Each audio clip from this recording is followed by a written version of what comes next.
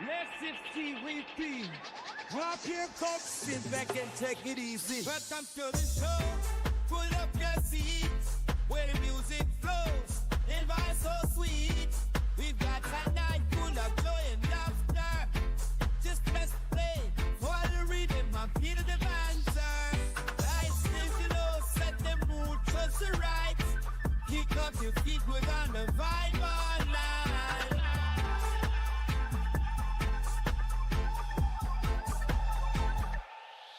Welcome to the show. It's T with P. DJ spinning tracks. Got that reggae spree. Tune in the dots. Let the vibes be free. Late night session. Sit at turbo key. Come in on the late show. Sing it on TNN. Hope you're feeling right. Cause we got the vibes so grand. Get cozy on the wine. With tunes that you be man. T with P's the spot. The best in podcast land. Welcome to the show. It's T with D. DJ spinning tracks. Got that reggae spree.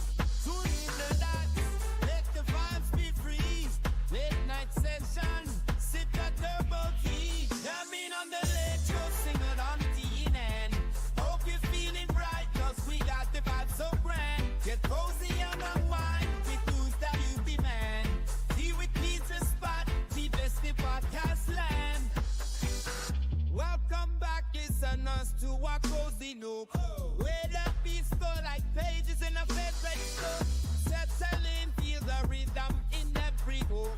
Tonight's the night, let's dance and cook. You have a great time, make yourself at home. In this rhythmic zone, where the melodies from. See with peace and legs out, where music keeps you warm. Join the jam, find your peace in the storm. Welcome to the groove, it's tea with me tonight. Feel the reggae flow, let's make the world right. Come and find your comfort, you meet each other's right. With every track we spin, you take you to new heights. It's our place to chill, with rhythm that's in chance. Join us the moment, let's give you all the chance. Come up the sweet serenades, let the music down. Open up in my prayer time, I swear all in that chair.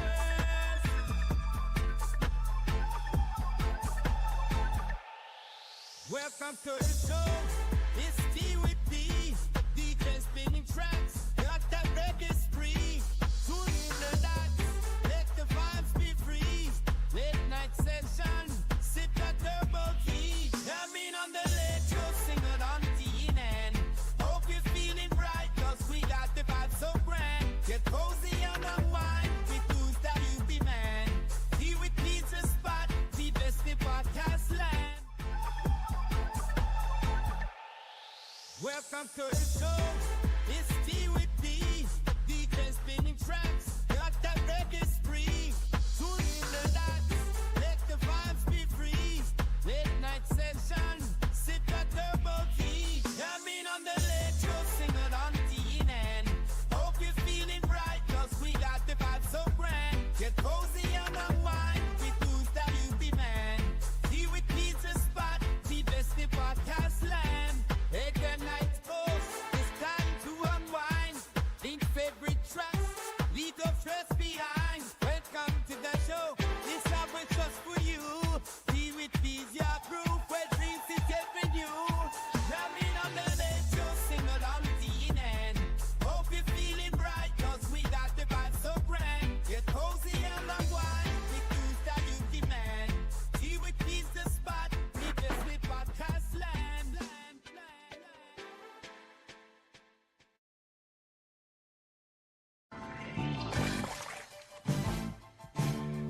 It all began in this little shop. Ow! Where, Damn bottles! strange as it seems, something extraordinary happened. I'm afraid it isn't feeling very well today. Little Shop of Blend. A story about a boy. I've given you sunlight. I've given you rain. Looks like you're not happy unless I give blame. Strange look. Wow, that's a strange looking plant. A girl. I just love how much he gives those plants so much attention. He loves them. Feed me Seymour. And a plant. Feed me all night long. How am I supposed to keep feeding you? Me all night long. That's right, boy. You can do it. Given you so little and you've grown so much. The blend.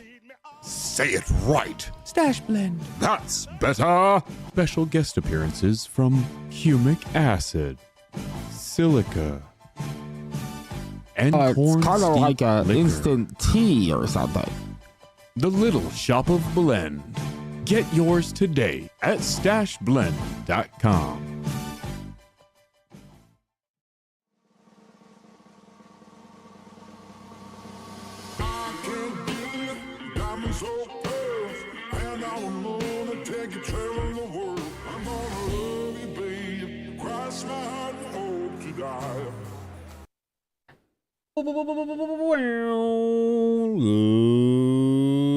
Ladies and gentlemen, it's time! How are you guys today, ladies and gentlemen? Hope you guys are well. Hope you guys are warm, kicking it fly today, baby, because it's Thursday, and that only means one thing. It's almost Friday. Nah, it's time for a little tea with P, baby.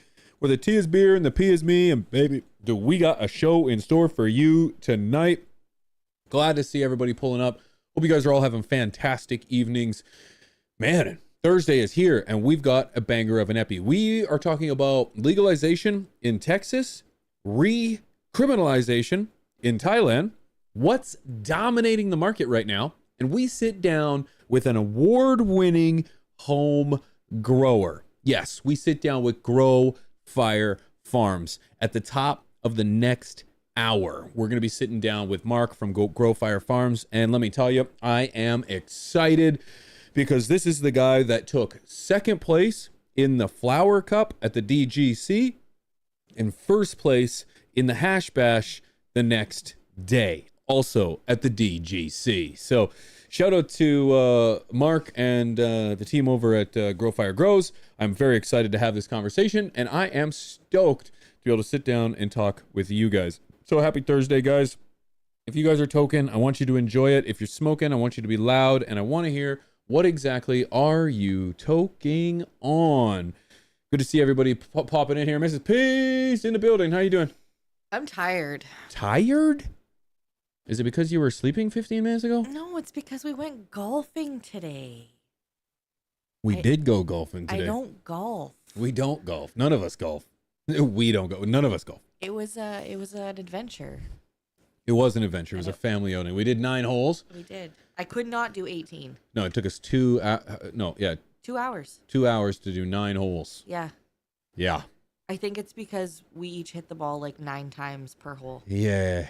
And you're only supposed to do like 3. We played best ball. It was a little rough, but we did what we could, man. We let Lil P drive the cart, so it was fun. Yeah, he was driving. That's what it's all about. But we finished just a couple over par. Whose game were you watching? Yeah, it wasn't ours. Oh no, we had a good time. That's all that matters. It was a beautiful day up here. It was fun. Oh, that was close. I was playing catch with the boy too. Oh, I just spilt a little drop. That's not too bad, eh? Almost spilt my entire drink. I don't have anything to pick it up with though. I don't really have anything to help you with. Hey, wait, no, I got a joint paper. There you go. Look at this. See if I can joint paper can pick this up. There.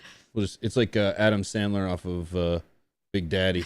We just put down some newspapers. Yeah, it'll be fine. It'll be fine. Oh man, great to see you guys. Thanks to everybody who pulled up for a little FTS Highly Uncensored earlier. Much appreciated. There was more people there than there were here, so hell yeah, thank you guys for pulling up.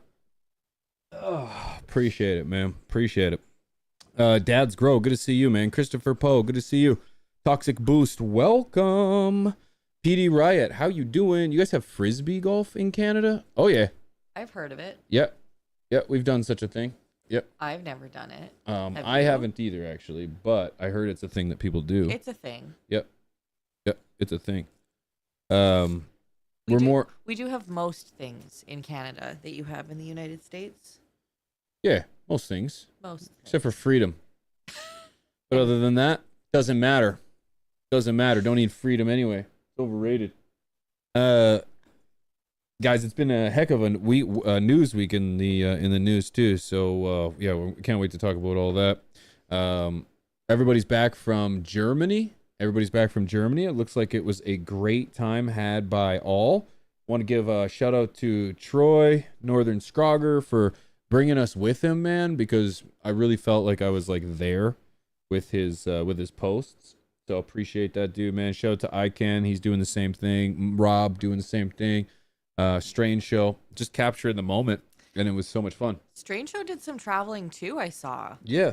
They were in Vienna, Austria, London. I think they were visiting the Can guys. Yes. Yeah. Yes. One of the Can guys in Austria. But that looked awesome too. Beautiful. Yeah, it was beautiful. I saw Troy's pictures of like the castle, the oldest castle in the world. I was like, what? Yeah. That's gnarly, dude. Now, if we would have gone, that's definitely something we would have done. Maybe. I'm just saying. Just saying. Cheers, guys. Appreciate your face. Hope you guys are having a fantastic evening. We're blazing. I'm on some Gelato 41 BX tonight. Yep.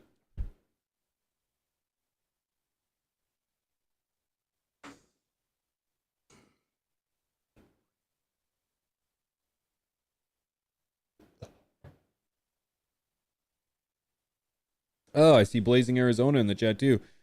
Canada has medical cocaine, and I forgot my spoon. Yeah. You're one of them too, friends, huh? I used to take my cocaine in a spoon too. Oh, I meant to tell you, I heard that Shinedown song the other day. And it like Which one? the one that's like, I have a candle, I have a spoon. Oh, yeah. And for the first time in my life, I understood It made sense. what it was talking about. And I went, oh, listening to that in grade 9, I didn't get that. I just thought that it was kind of abstract. I understand now. Yeah. I get it. Yeah, it is what it is. Yep. It is what it is. Now we know. Mrs. P keeping the I's dotted and the T's crossed every time. Yep, every time. Yeah. Had a great show with the boys today. We did a highly uncensored. We talked about all kinds of things. It was freaking awesome. Yeah, it was fun, man. It was a lot of fun. And we also sat down with a real quality dude. I don't know if you guys are familiar with Chubbs from 420 Fast Butts. Yeah, I know you guys are familiar with Chubbs. Sat down with Chubbs too, man. Let me tell you, I didn't know Chubbs' story. And he opened up about it on FTS, and I extended the invitation for him to join us over here on T. So I expect to have that conversation soon, man, soon, because Chubbs is a really cool guy, and I really appreciated his story, and it was just really cool to be able to listen to him and kind of just hear his story and what he's doing and where he's been. We are centered in the frame, yes, Mrs. P. No, we're good. No, we're good. Okay. More or less. No, for some reason, no. For some reason, as I looked at the preview, there was a big black spot on the side of this. Are you panicking because you don't have your preview screen? I was panicking. I don't have a preview screen today for some reason. Motivated by Terps. Good to see you guys, man. Shout out to everybody who's in green in the chat, guys. Shout out to everybody who's in green in the chat, man. LJ Jones, Motivated by Terps. Appreciate you, Denton. Thank you, man. Appreciate you. And shout out to Quick. He was our latest member, too, joining the flock. Shout out to everybody, man. And shout out to the mods in the chat. Appreciate it. Appreciate you guys for being here. Looking out for everyone. Sticky Skunk, man. What's up, man? Shout out from Maryland. Hey, High Plains Bug. Good to see you. What up? Shout out to you and the missus. Great to see you pulling in, man. Thank you very much. Shout out to my patrons, guys. I want to just real quick. If you didn't know, I do live grow classes. Yeah. I teach people or kind of enlighten people on how to grow just like me, more of a hands-off approach than anything else. And we're actually coming to the tail end of this current session of class, and new classes will be starting up very, very soon. And if you'd like to get nudes on that or get all the lowdown, head over to patreon.com/pigeons420. I've got live grow classes over there. We show off gardens every Sunday over on the Wake and Bakes on Twitch. We've got behind the scenes content, and I post everything I got growing on over here in the garden pretty much every day on Patreon. So if that's something you're interested in, patreon.com/pigeons420. And look at this, Mrs. P. T joins the flock. Thank you, T. Appreciate you, brother. Thank you, man. Thank you very much. Welcome to the green team, dude. Appreciate you. Grow classes are the best. Appreciate you, Default. Speaking of students from the grow class, Default, great to see you. Great to see you. Speaking of green, going green, we've got a brand new video dropping tomorrow. I'm just gonna move this over here. Tomorrow at 8 a.m. We got a brand new video dropping tomorrow at 8 a.m. And it's gonna be announcing Vivo Sun joining the flock. Vivo Sun has joined as a sponsor over here on the channel. And I just really want to give them a huge shout out because they're willing to pair up with a guy who talks all kind of crazy and is very free spirited, and I'm very thankful for that. So shout out to the team over at Vivo Sun. Very thankful to be at the forefront of partnered with a team that's at the forefront of innovation and technology. So yeah, man, shout out to Vivo Sun. If you guys would like to support them and support the show, head over to vivosun.com and use promo code pigeons420. You'll save 15% off the site. So check that out. So that's promo code pigeons420 over on Vivo Sun. Yep. But what do you think? Do you think we should dive into some nudes? I think it's time. I think it's time. Let's do it. Canna News. All things culture, science, and health. Your one-stop shop for all things Canna News.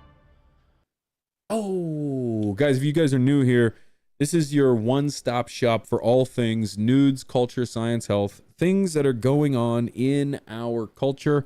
I like to cover things. I like to talk about current events. I like to just talk about things that are happening in our space. And when something nudes-worthy hits, I like to bring it up. And today is no different. So if there's anything that you have that's going on in your area and you would like to talk about it, you can at me at pigeons420 over on X or Twitter, whichever is your preferred method of vocabulary.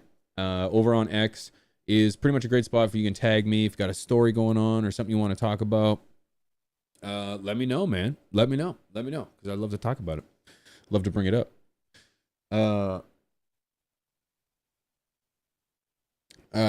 First thing I want to talk about, though, is there's a friend of ours that needs help, ladies and gentlemen. A friend of ours that needs help.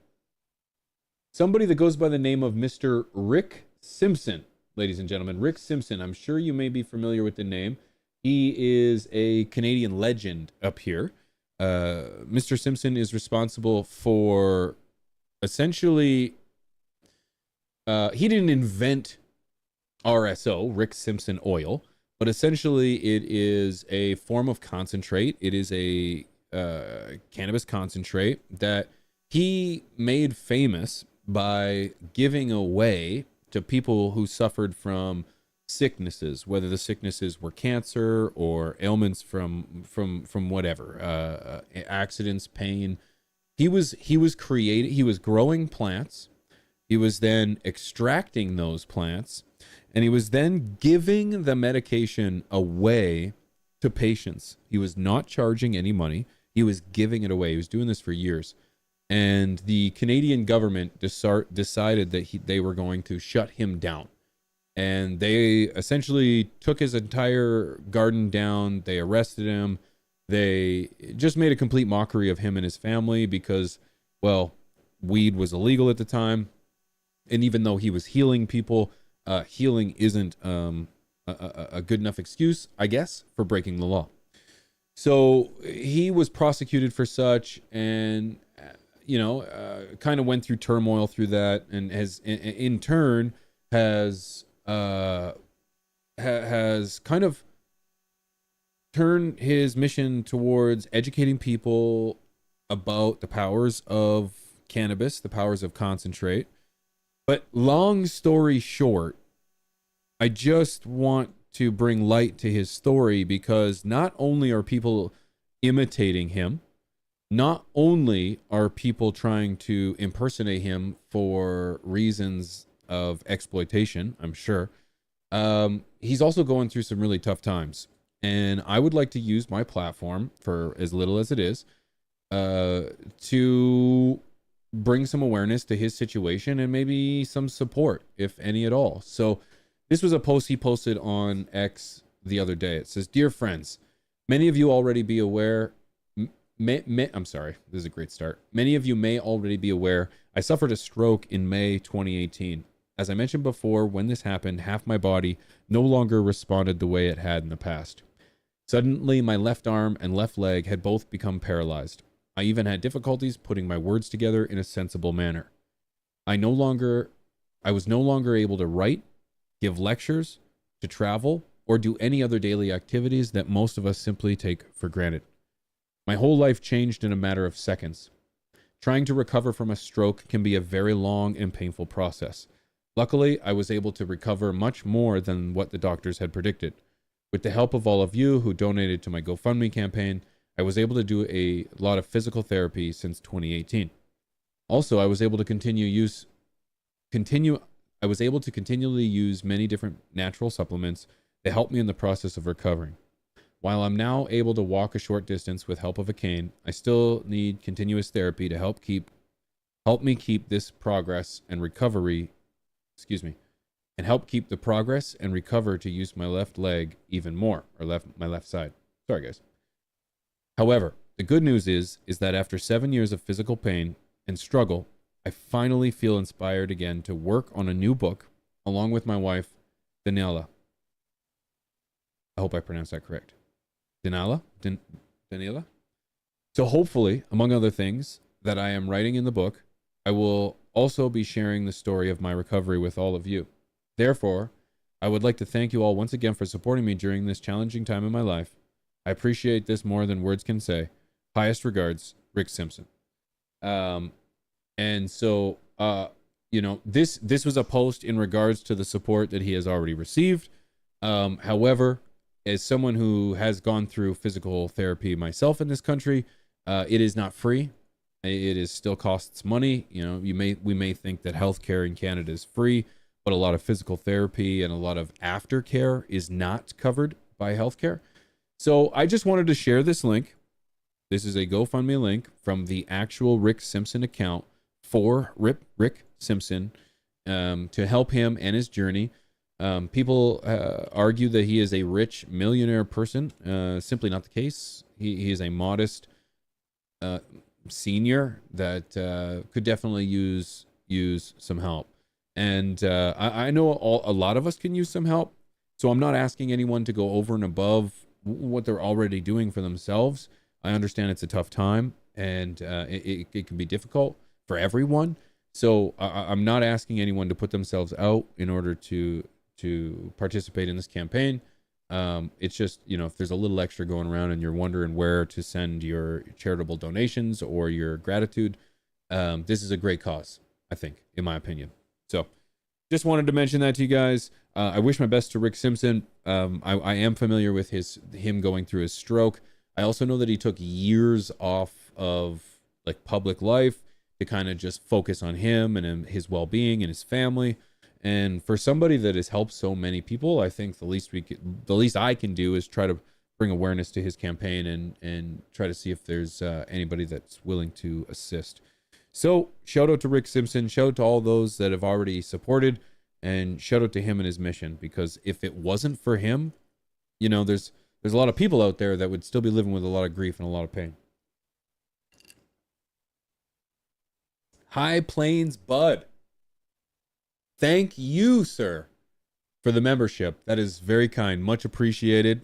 Thank you for joining the flock. Thank you for being part of the green team.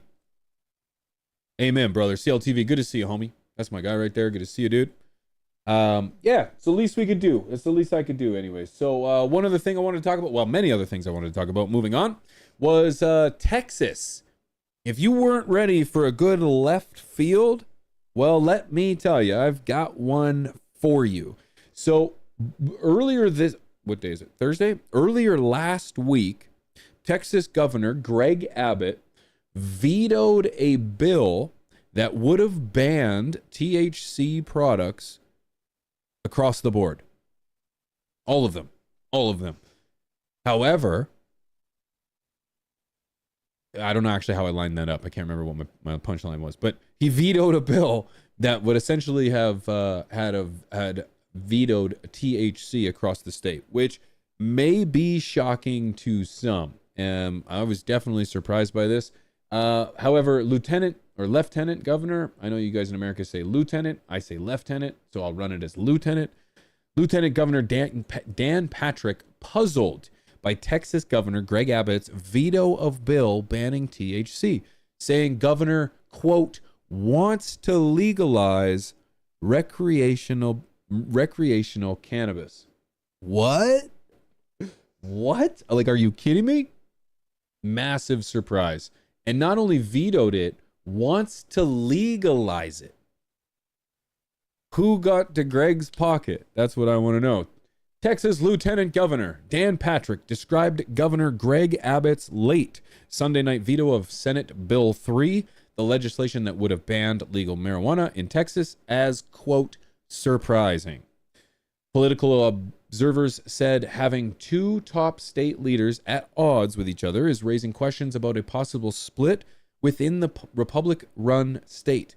The governor and I, quote, will work together in the future and will disagree from time to time. But this is a fight that didn't need to be, Patrick said during a press conference on Monday. A staunch supporter of the THC ban bill, Patrick said he was, quote, puzzled by the veto of a bill he expected would become law. Quote, it puzzles me why my friend Governor Greg Abbott would, at the last minute, about 22 minutes after 11 p.m., decide to veto this bill. Huh. One can only come to the conclusion, which surprises me, the governor of the state of Texas wants to legalize recreational marijuana in Texas. Dun, dun, dun. That is pretty damn awesome. Now, very optimistic in my opinion. I personally think that thinking the governor is ready to legalize cannabis on a full recreational sense, I think is a bit of a leap. However, something seems a bit astray here. Why all of a sudden, with 22 minutes after and 48 minutes before midnight, would the governor of Texas veto a bill that would ban THC altogether? Signs to me point as if maybe somebody got in their pocket. Now, if you guys are new here, you wouldn't know, or if you've been listening for a while, you would know that I've always said the only way that cannabis is going to make its presence on a federal stage and on at least a mass stage is through money. I'm trying to think of another way. It's got to be lobbying. It's got to be through sponsoring candidates, through elections, and it's got to be all the ways that all the other companies and organizations and industries are already talking with politicians. It's no surprise that big tobacco, big pharmacy, big alcohol, they lobby the government on behalf of their causes. Well, I've always said we need to have essentially a power, an entity, an industry that's strong enough to put that kind of pressure on these politicians. And the only way to really put pressure on these politicians is to get them in the pocketbook. And it's legal. So we just have to do what everybody else is doing. And until then, it won't happen. So in my humble opinion, somebody got a hold of Greg, the governor, and said, hey, let her go. This is how much money. This is how much money that is essentially at stake if you don't legalize, or if you do. So what do you guys think about that? Because I'm very curious. I'm very curious what your opinion is on Texas governor vetoing the bill, and then the lieutenant governor thinking it might be because they want to legalize weed. Where does this come from? Monica, good to see you. What do you think? Is Texas going to go legal, Mrs. P? I didn't think that Texas would even be in the space of going legal in any sense. I thought Texas would be the one that would hold out indefinitely. So, I don't know. Yeah. I don't know. I don't know either. I think it's crazy. Yeah, but I think I think I agree with you. I didn't think Texas would go legal. Of all the places, I'm like, yeah, right. I'm like, Texas will be last. Texas will be one of the last. I didn't think they'd be last. I just thought they wouldn't at all. Yeah. But. Yep. Interesting. Shout out to everybody in Texas, though, because that's big nudes for you. Big nudes if you're in Texas right now. So shout out to you guys. Another surprise here, guys. Thailand moves to recriminalize cannabis. Recriminalize. If you guys recall, we have been covering the explosion of legalization or cannabis on throughout the country in Thailand. We've got friends that have gone over there. In fact, the High Rise guys have gone over there, and they spent an incredible amount of time over there, and they were having what looked like the time of their life, having the ability to have full access to weed, and to not worry about it. Well, unfortunately, now it looks like Thailand's moving to recriminalize, and Drew is sharing lives out there as well. I pushed this back too far. Hold on, I'm gonna just quick. So Thailand moves to recriminalize cannabis, shaking $1 billion industry. This is insane. So Thailand's government is moving to recriminalize cannabis, plunging into limbo an industry estimated to be worth over $1 billion. That has boomed since the substance was taken off the country's narcotic list in 2022. The push to impose new controls on recreational use of cannabis comes after the Boom Jai party, which championed its legalization, withdrew from the ruling coalition last week following Thai Prime Minister Paetongtarn Shinawatrak's apparent mishandling of a border row with Cambodia. Interesting. So because of a border dispute, the party divides and cannabis should become illegal? After the party, which championed its legalization, withdrew from the coalition following the prime minister's apparent mishandling of a border row in Cambodia. I'm going to look this up here for a second. Border tensions, what's behind the row between Thailand and Cambodia? What's a row? Like row your boat? Tensions have been rising between Thailand and Cambodia following the killing of a Cambodian soldier in May during a brief exchange of gunfire at a disputed border area between the two Southeast Asian neighbors. Okay. So I still don't know what row means, but at least now I have context. Okay, interesting. Anyways, so because of this, unfortunately, it's not looking good. Late on Tuesday, Thailand's health ministry issued an order prohibiting the sale of cannabis for recreational use and making it mandatory for any retail purchase to require a doctor's prescription. The new rule comes into effect once they are published in the Royal Gazette, which could happen within days. Cannabis will be classified as a narcotic in the future, Health Minister Somsak Thepsuthon said on Tuesday. 3 years ago, Thailand became one of the first countries in Asia to decriminalize the recreational use of cannabis, but without any comprehensive rules to govern the sector. Damn. That's really unfortunate. you know, I really saw a lot of hope and a lot of possible kind of bounty, like just a paradise in Thailand is really what it looked like, because people just flocked there as soon as they had essentially some form of decriminalization. And man, it's just crazy to think that the legalization of weed can change that fast just based on a slight party dispute. I understand that's how politics works, and when one party comes in, they can overrule or just change or whatever, or implement their own laws. I just think it's kind of crazy that it's just like that, no vote, no nothing. I don't think it's democratic. Maybe they are, I have no idea. But yeah, what do you guys think? Do you think they're gonna ban it altogether and see a heavy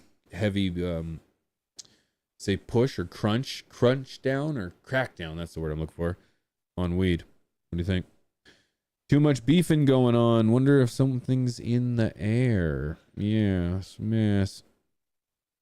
The switch up is real, Sean. It means argument, and it rhymes with cow. Row? Oh, a row. Between, like, an arouse? Like, they're a row? Oh, maybe? A row? Like cow? Oh, I'm learning something every day. Yeah, that's interesting, though. That's interesting. What a good opportunity to smoke. So, ladies and gentlemen, what do you think? If I was to tell you, what do you think is the most popular form of legal cannabis? What do you think if I was to say, what's the number one item sold from a dispo? What would you guys say? What's selling at a dispo these days? Because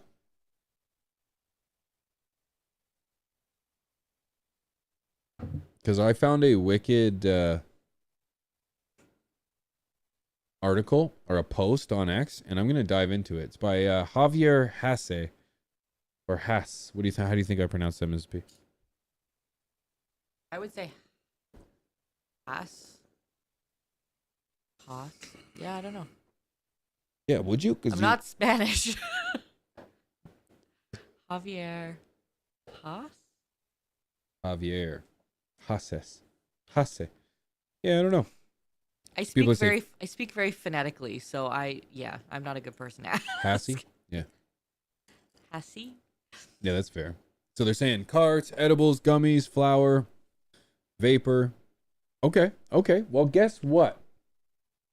I got this wicked story coming from X by Javier. It says America smoked 316 million pre-rolls last year, fueling a $3.1 billion market. This guy breaks it down in Forbes and a few other locations, but I actually am going to focus on his posts right here. As you scroll down in the posts, I don't know if you have this on my screen or not, Miss P, but I got it dialed up here nice. The report reveals a market defined by infused pre-roll dominance at 44.4% of all sales. So if you said pre-rolls, you were right. Automation and tech as standard. Multi-packs and minis as best sellers. A battle for brand identity, scale, and margins. This isn't a trend, it's a takeover, he concludes. Coming down, top 10 selling pre-roll brands. And now, is this because of hype or is this because of quality? If you have any insight on this, I'd be very curious to know. I personally have zero insight on any of this as a Canadian. I have smoked, I don't smoke pre-rolls very often when I go down south either. So this doesn't really speak to me.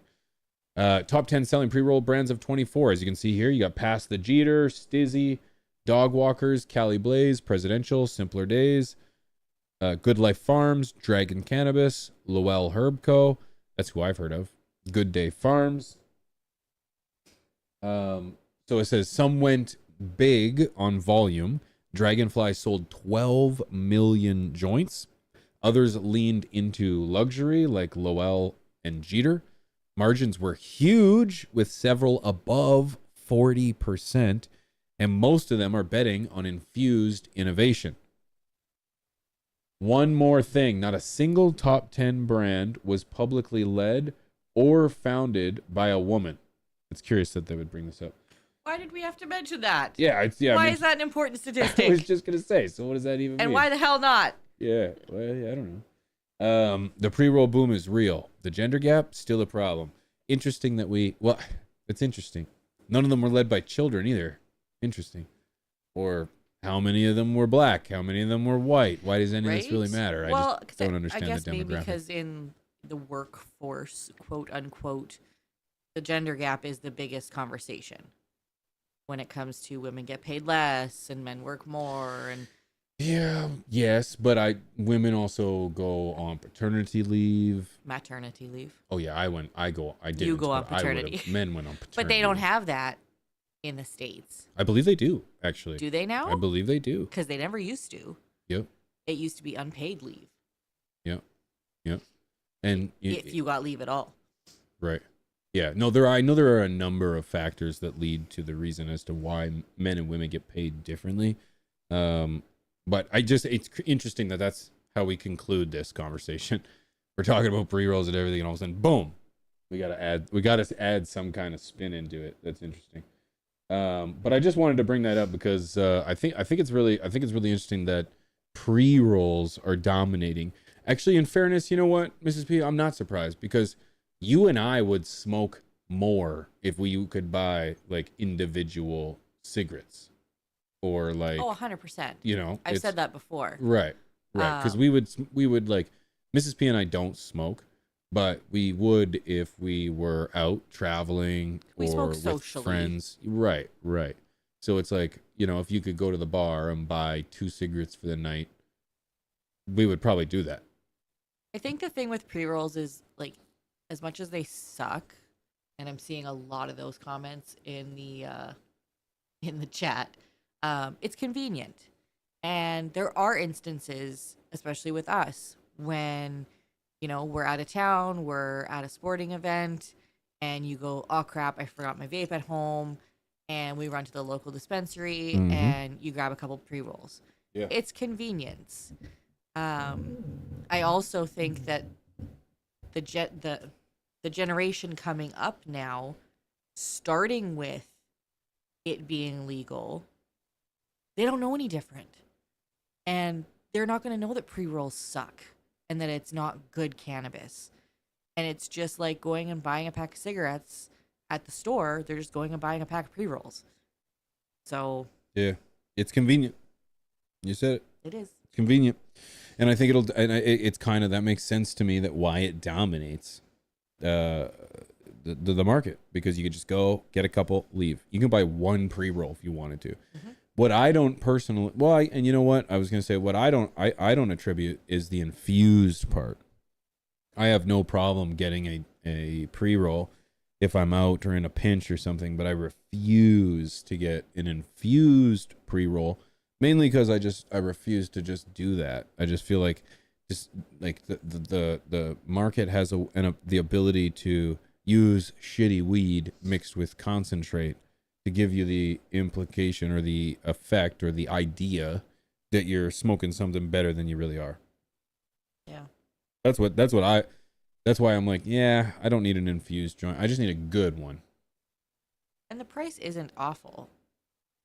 Nope. What, you got 2 the other day for $4? Yeah. $5? Something like that? I don't even remember, but it was like $5. Yeah. I saw somebody in the chat ask what a dispensary is. A pharmacy dispo. Yeah. It's a place where you can buy weed. I forget that in the States they call them pharmacies. Not all of the places. No. Just when we were in Utah. I'm assuming Utah's not the only one. No, they're not. There's a few. There's a couple. But I think they do that by law. They have to do that or something. I don't know. See, to me though, then how do you distinguish between a pharmacy and a pharmacy? Well, I think that's the idea. They're the same. But they're not, though. What do you guys call pharmacies then? Like where you go pick up a medical prescription from The a drugstore? doctor, I guess. I would call a cannabis store a drugstore before I would call a pharmacy a drugstore. But it's always been the drugstore. I know. Right? Because a pharmacy implies that you have a pharmacist. Right. A drugstore is just somewhere that sells drugs. Right? But does a dispensary have a pharmacist in the States? A very highly qualified bud tender. If that. No, I was being very sarcastic. Facetious? Yeah. A lot of people just call it a Pharmacies are dispo. Yeah. pharmacies. Yeah. Wisconsin's in the house. What's up, Wisconsin? Good to see you, Seeker. What does Wisconsin call a drugstore? What does Wisconsin call the dispo? Curious to know. Pharmacy is the drugstore. I'm curious. I've never called the dispensary a pharmacy. No, me neither. No, right. But literally in Utah, when you walked in, or you asked somebody where the They're like, dispensary it's was. a pharmacy. Yeah. I was like, excuse me? I was like, what? I was like, quit lying to yourself. That's all I was thinking. I was like, it's okay to come to terms. Quit lying to yourself. In the hood, you can buy Lucy's at the corner store. Loose cigs. See, but that should be a regular thing for like Oh. $1. Oh. For those people that don't want to commit to buying a whole pack because then you're forced to smoke a whole pack. Yeah, right. I think that would help people quit if you could just go buy one at a time. Then let's just go live in the hood, Mrs. P. I think we'd be okay. We could go back there. Honey, I've never been in the hood. Hood. Actually, I will say that last place we stayed in Vegas was borderline the hood. In Vegas? Oh, yeah. We were on the cusp. We had bars on We was the on windows. the cusp. Yeah. Did When we Mr. Growit said something about that too when we booked it? He was like, "Wow, We stayed in L.A. and that was the hood. you guys wanted to stay in Not Inglewood." No, was Yeah, it it Inglewood? was. It was, yeah. That You was got- Mr. Growit because Mr. Growit's a real man and can fend for himself. I said, no, I can't go down there. Even I know Inglewood isn't a great place to stay. Calling it a pharmacy must be a damn Canadian thing. No, we do not call it a pharmacy up No. here. Or unless we call our drugstore a pharmacy. A pharmacy is where you go and you can buy like Tylenol and Advil, and you can Yeah. pick up your Oxy from the pharmacist, but it's all prescription. I guess cannabis is. It's prescription pharmaceutical too. medication. Yeah. No, up here a dispensary is a dispensary. It's where you get your cannabis. Mm-hmm. And someone says, I've never called the dispo a pharmacy. Right. That's Utah. All right, it's a Utah thing. Must be. And Wisconsin says that we only have one pharmacy. No legal bud here. I got it. Y'all killing me right now. What's up, baby? What's up? Yeah, the voting is done. I think it's called a dispo. Okay. Yep. Yeah, we call it a dispo too. Yep, we call it a dispo too. Yeah, CVS, Walgreens. Up here we have Shoppers Drug Mart, Super Thrifty. They're all the same thing. Your guys' CVS and Walgreens is better. Because We have London Drugs. We have London. Yeah. We have Walmart. Walmart's like a box store. It has a pharmacy in it. I wasn't going to be disrespectful. Well, Just it is what it is. Pharmacy, drugstores where you get your pills, then dispensaries for weed. Yeah. I think they were just being full of themselves when they told you that it was called a pharmacy. But I don't know why she would say that. I think she was just trying to sound all high and mighty Maybe. because we were out of towners and we were desperate. Don't drive through Utah if you don't have a prescription. Yeah, that was really it. It was like I managed to get all the way down through America, all the way to Utah, and that's when I ran out. And I was like, shit. And I even brought your prescription just in case. And they were like, no, you have to have a state prescription You got to be logged with the government in that state. in that state. I was like, what? I don't want to do that. It's a horrible idea. I don't want to give the state my information. No disrespect to Walmart, Sean. We like Walmart. Can't be disrespectful. Walmart. We're- Walmart. We're Walmart people. I enjoy it. Dope house. Yeah. Welcome to the dope house. We call them clubs out here.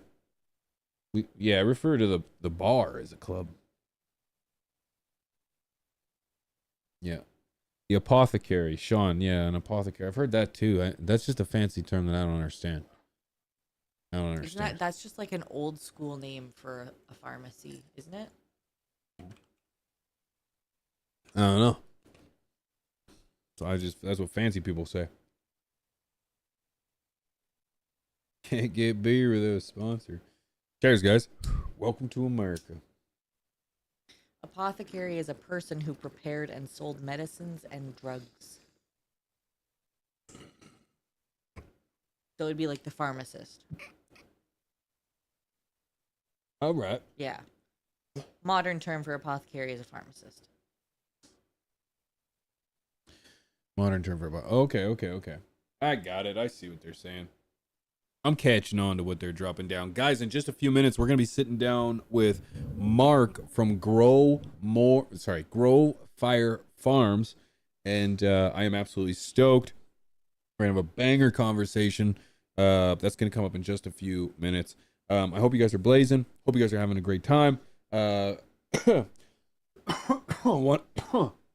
Excuse me.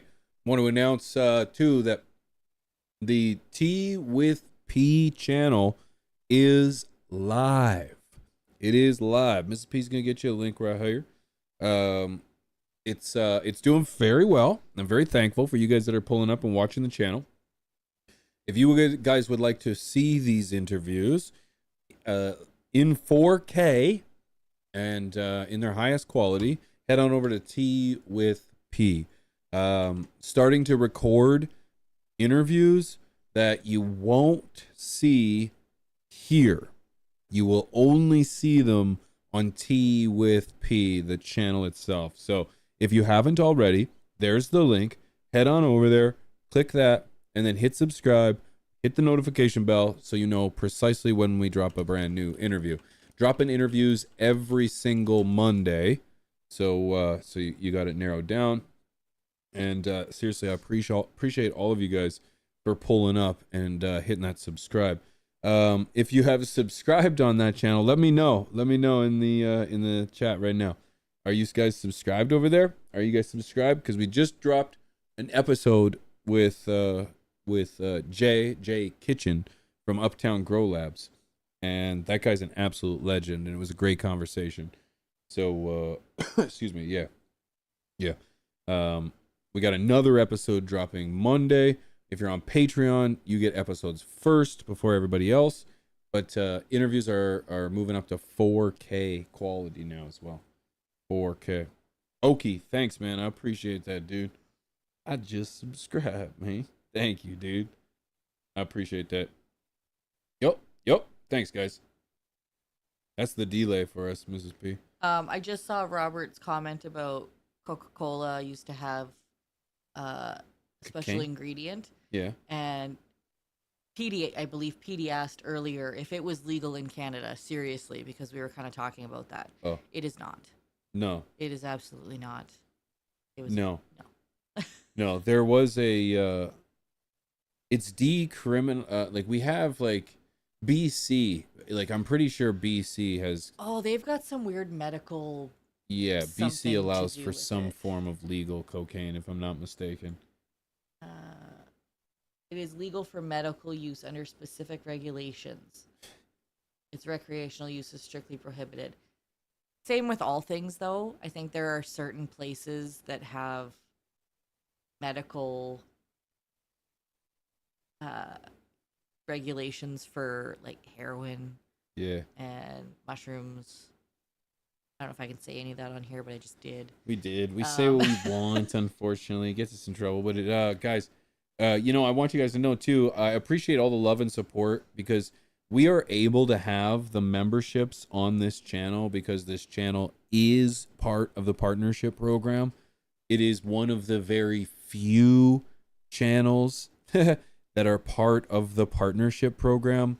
It's one of the few things that I actually take into consideration myself is like, I've managed to get the channel back into a position where it somehow manages to follow the guidelines that are very invisible, vague, and ambiguous. But yes, I'm very thankful for that. So thank you to everybody that's got the green, the memberships. Thank you for you guys that watch all the ads. Thank you guys. I appreciate you guys. And thank you guys to those that just hit the sub button as well. So thank you. Thank you. I can't remember why I brought that up. I just mentioned that for a reason. Because I was saying things that I shouldn't on here. Oh yeah. That's right. Right. That's why. I'm not sure I can say it. So yeah, I'm very happy. I tend to forget that though sometimes. So I like to remind myself. Tasty Genetics, good to see you, my friend.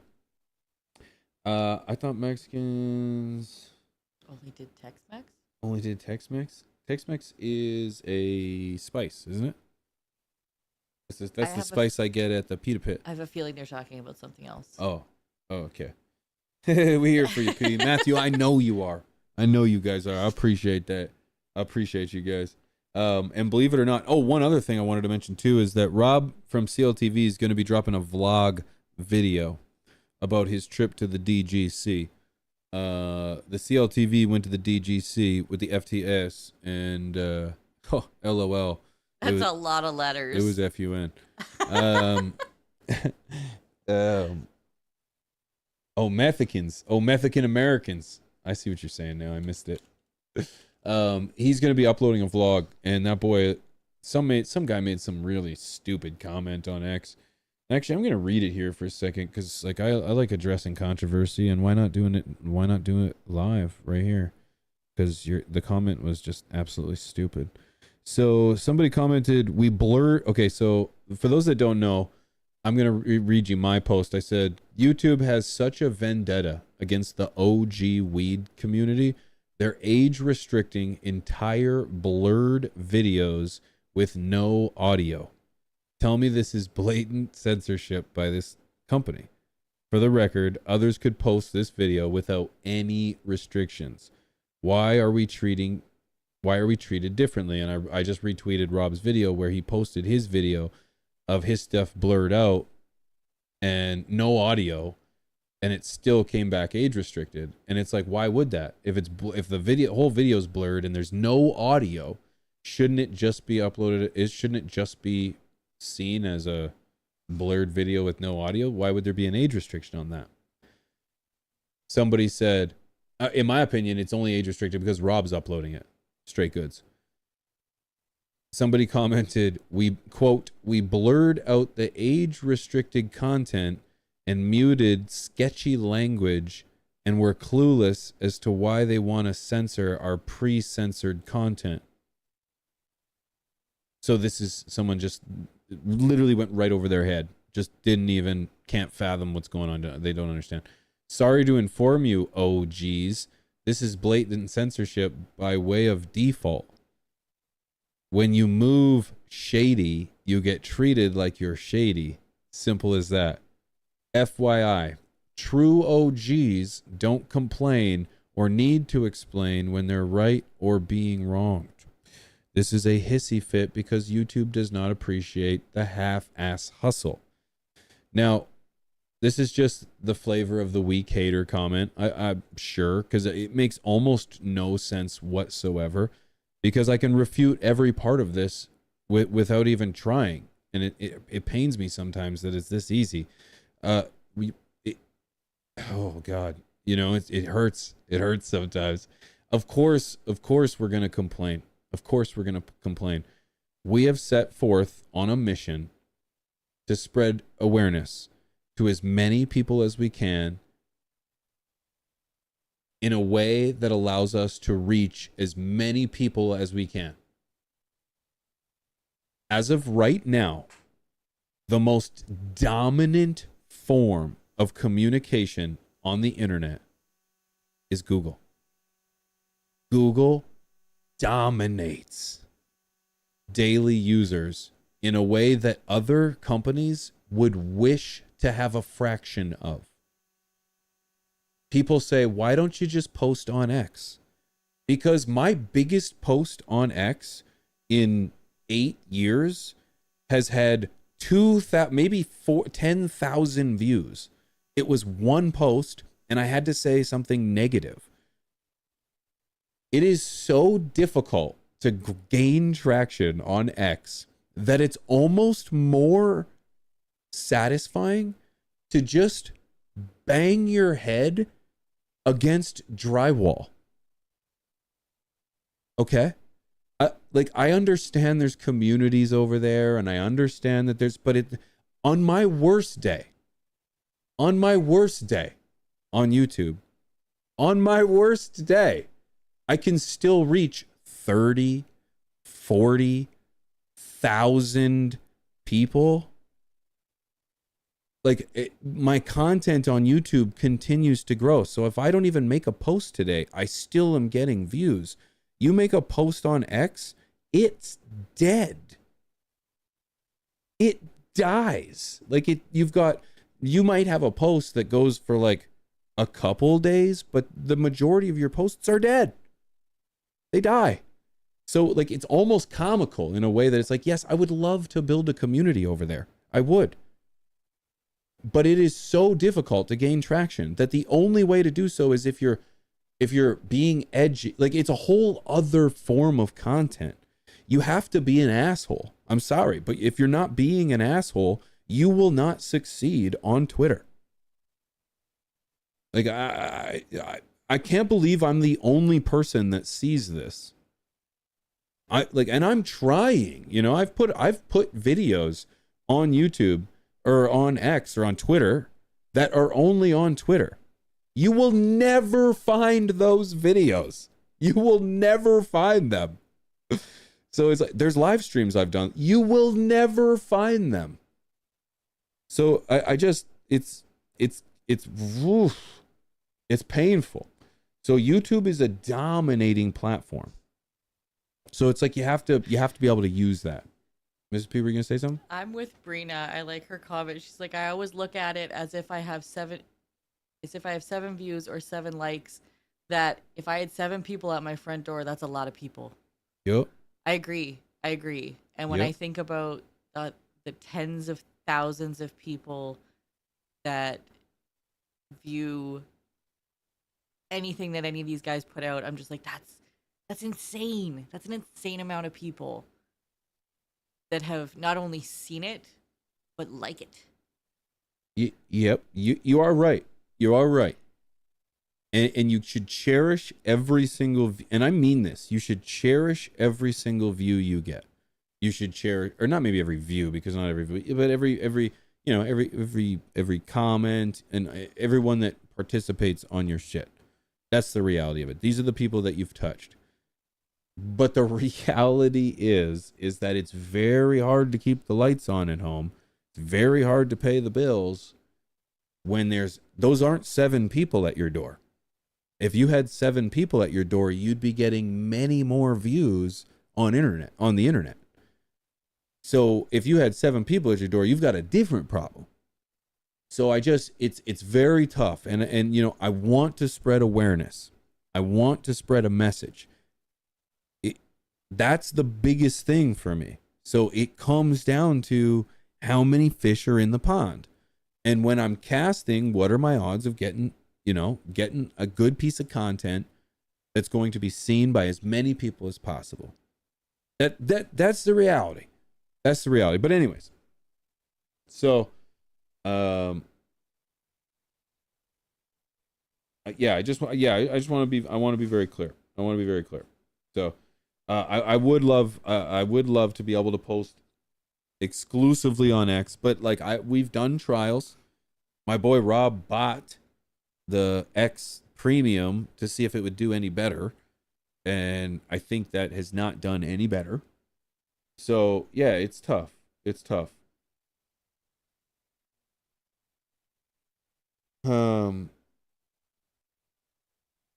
John, this is very touchful, man. Very true, Rob. The sad truth is, only time dudes get flowers is at our funerals. That's why I bought you flowers for Valentine's Day, because I heard that somewhere. You did say that. Yeah, you did say that. It is very. Yeah, I've also heard that too. And you thought it was ridiculous that I bought you flowers for Valentine's Day. I just yeah no, it's a very important thing to say, and it's as we get older too, as I make a shift now, as we get older too, it's like you got to remember that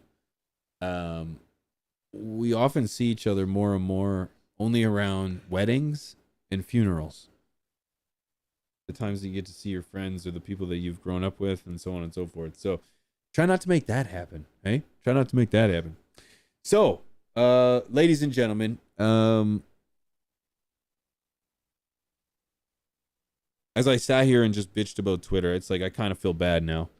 Because, like, you know what? It's like no matter where you're starting out and no matter what you're doing, it's like, you know, you got to get through you got to get through the grind and stuff. It's just, it's very hard. If I didn't say this was my biggest concern. My biggest issue is that the only content I find that I can really get to gain momentum is stuff that is polarizing.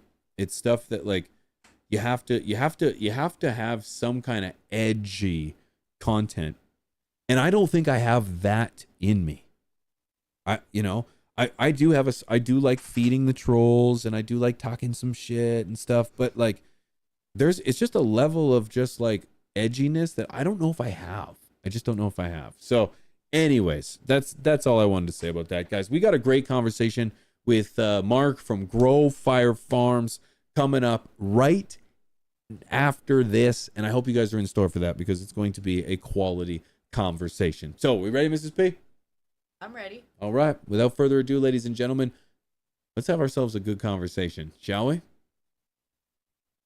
Come on and lift your glass. You won your own free pass to be our guest. If you're stressed, it's fine dining we suggest.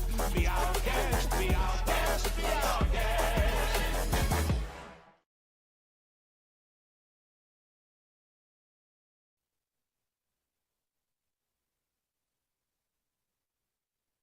Why won't it let me? I haven't really been doing podcasts at all prior to, winning the Dude Grows Cup and these events. This is actually like the fourth one I've been on since the Dude Grows Cup.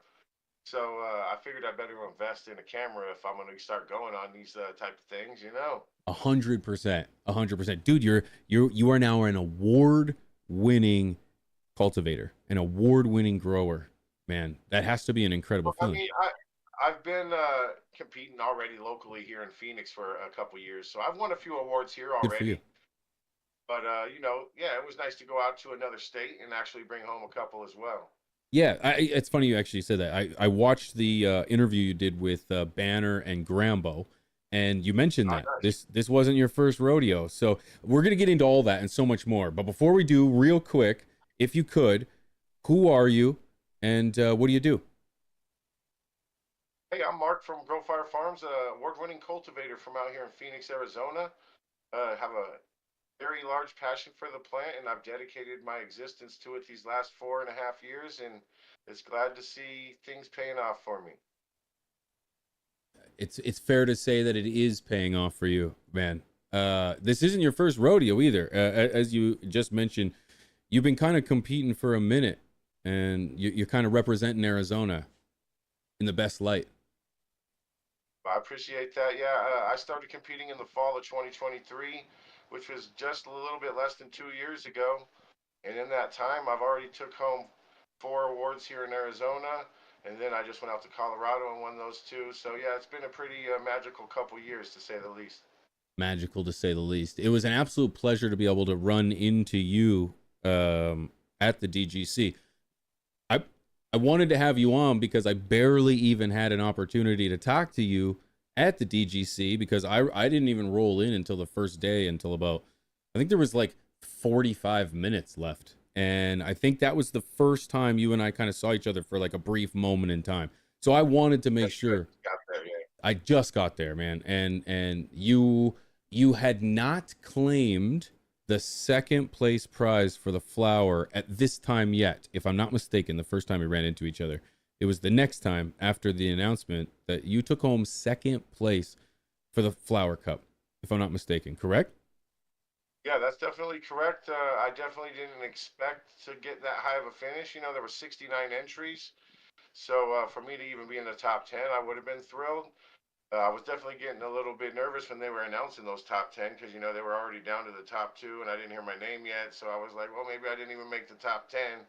But hey, it was nice to hear him call me at two. I was definitely super happy about it. Dude, I can't imagine that feeling of hearing number 5, 4, 3, and there's literally 2 options left, and then finally hearing your name. That's got to be pretty amazing feeling. Oh, it was because, you know, the events that I compete out here in Arizona, it's nothing like that. There's not really a crowd of people sitting there anticipating the results. There might be 10 or 12 people sitting there as they read them off. It was just a totally different experience to be out there at the Dude Grows Cup because of how involved everybody was. You know, they opened it up to the public. So you have everybody who's been there sampling 69 jars all day long.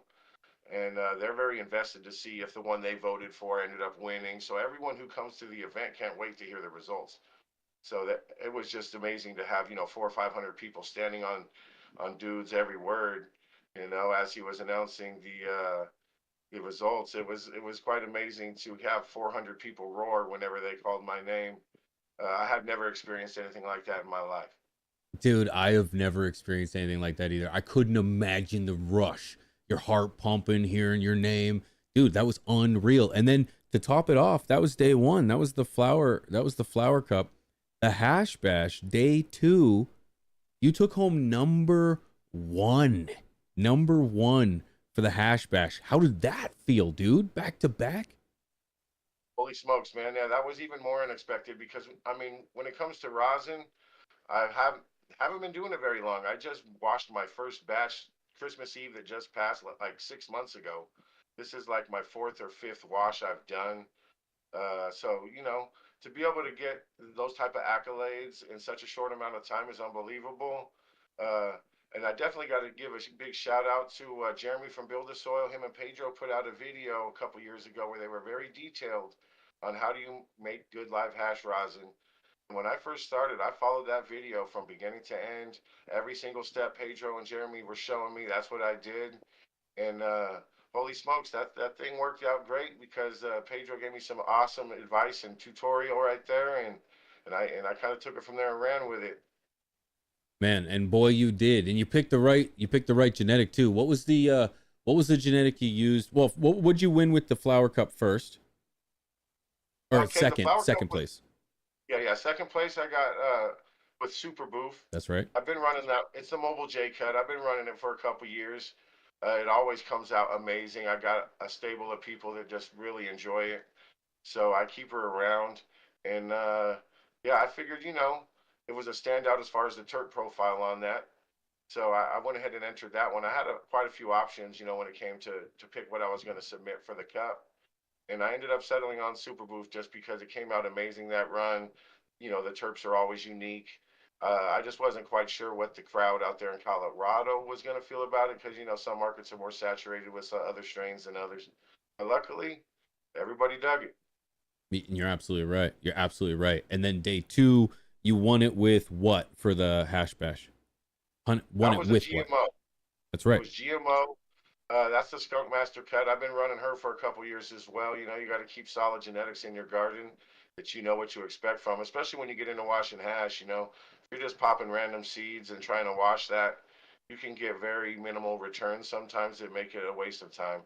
So if I'm going to run something, especially for the purpose of making hash, I want to make sure that it's going to be not only, you know, potent and beautiful as far as the terps go, but I want a nice yield too, or else I just feel like I'm kind of wasting a lot of product for a small return. So yeah, GMO is always a winner as far as hash rosin goes. And that one I actually grew outdoors and washed the whole plant. And I think the outdoor terps hit a little different. Get out. I didn't know that, dude. I didn't know you ran your GMO outdoors. Well, I mean, I run her indoors too, and I Sure. had a mother plant, and you know, it came time to end her service, so I was either gonna have to throw her away or throw her outside, and it just so happened to be the time of year here in Phoenix. You know, you can't really grow outside in the middle of the summer here very easily. It gets up to, you know, 118 degrees, and you know, there's some people who pull it off with, you know, shade cloths and mulch over your topsoil layer and those type of things, but it's definitely a challenge to try to grow throughout the summer here in Phoenix. So I prefer to do my outdoor growing through the winter, and it gets down into the high 30s at times. You know, it gets pretty cold, but the plants are able to persevere and push through. And I've gotten some really nice harvests on the side of my house all winter long the last couple of years. Ain't nothing wrong with that, man. Ain't nothing wrong with that. So how long have you been in Arizona for? Oh, I'm a native. I've been born and raised here. You know, when you go walk around and you meet people, a lot of people aren't from here. They move here. So yeah, I'm definitely a native, born and raised here in Phoenix. Okay, okay. I didn't know that either. I got to be honest with you. You were not even on my radar. With all due respect, the world is just so vast right now in our space. Until the dude grows cup, until you came up to us and introduced yourself, I had no idea who Grow Fire Farms was, and boy was I missing out. Okay, that was to my Yeah, I bad. don't blame you for that. I'm a small boy on the block. I'm just barely starting to make a splash, you know, and it's just amazing that guys like you and Rob and Chris even know that I exist now. So I Dude, couldn't be more pleased. it's because of your hustle, man, and because of what you're doing. You are making a splash, brother. You're making a splash, and that's the best thing. It's like if you want to be a part of the movement, the community, the plant, it's like just double down on your passion, be consistent, and just and believe in yourself, man. And honestly, it's like listening to you, it's like your passion is very evident. Your desire to understand the plant is very clear. So it's like it's no surprise to me that you have found great success and are going to continue to find great success.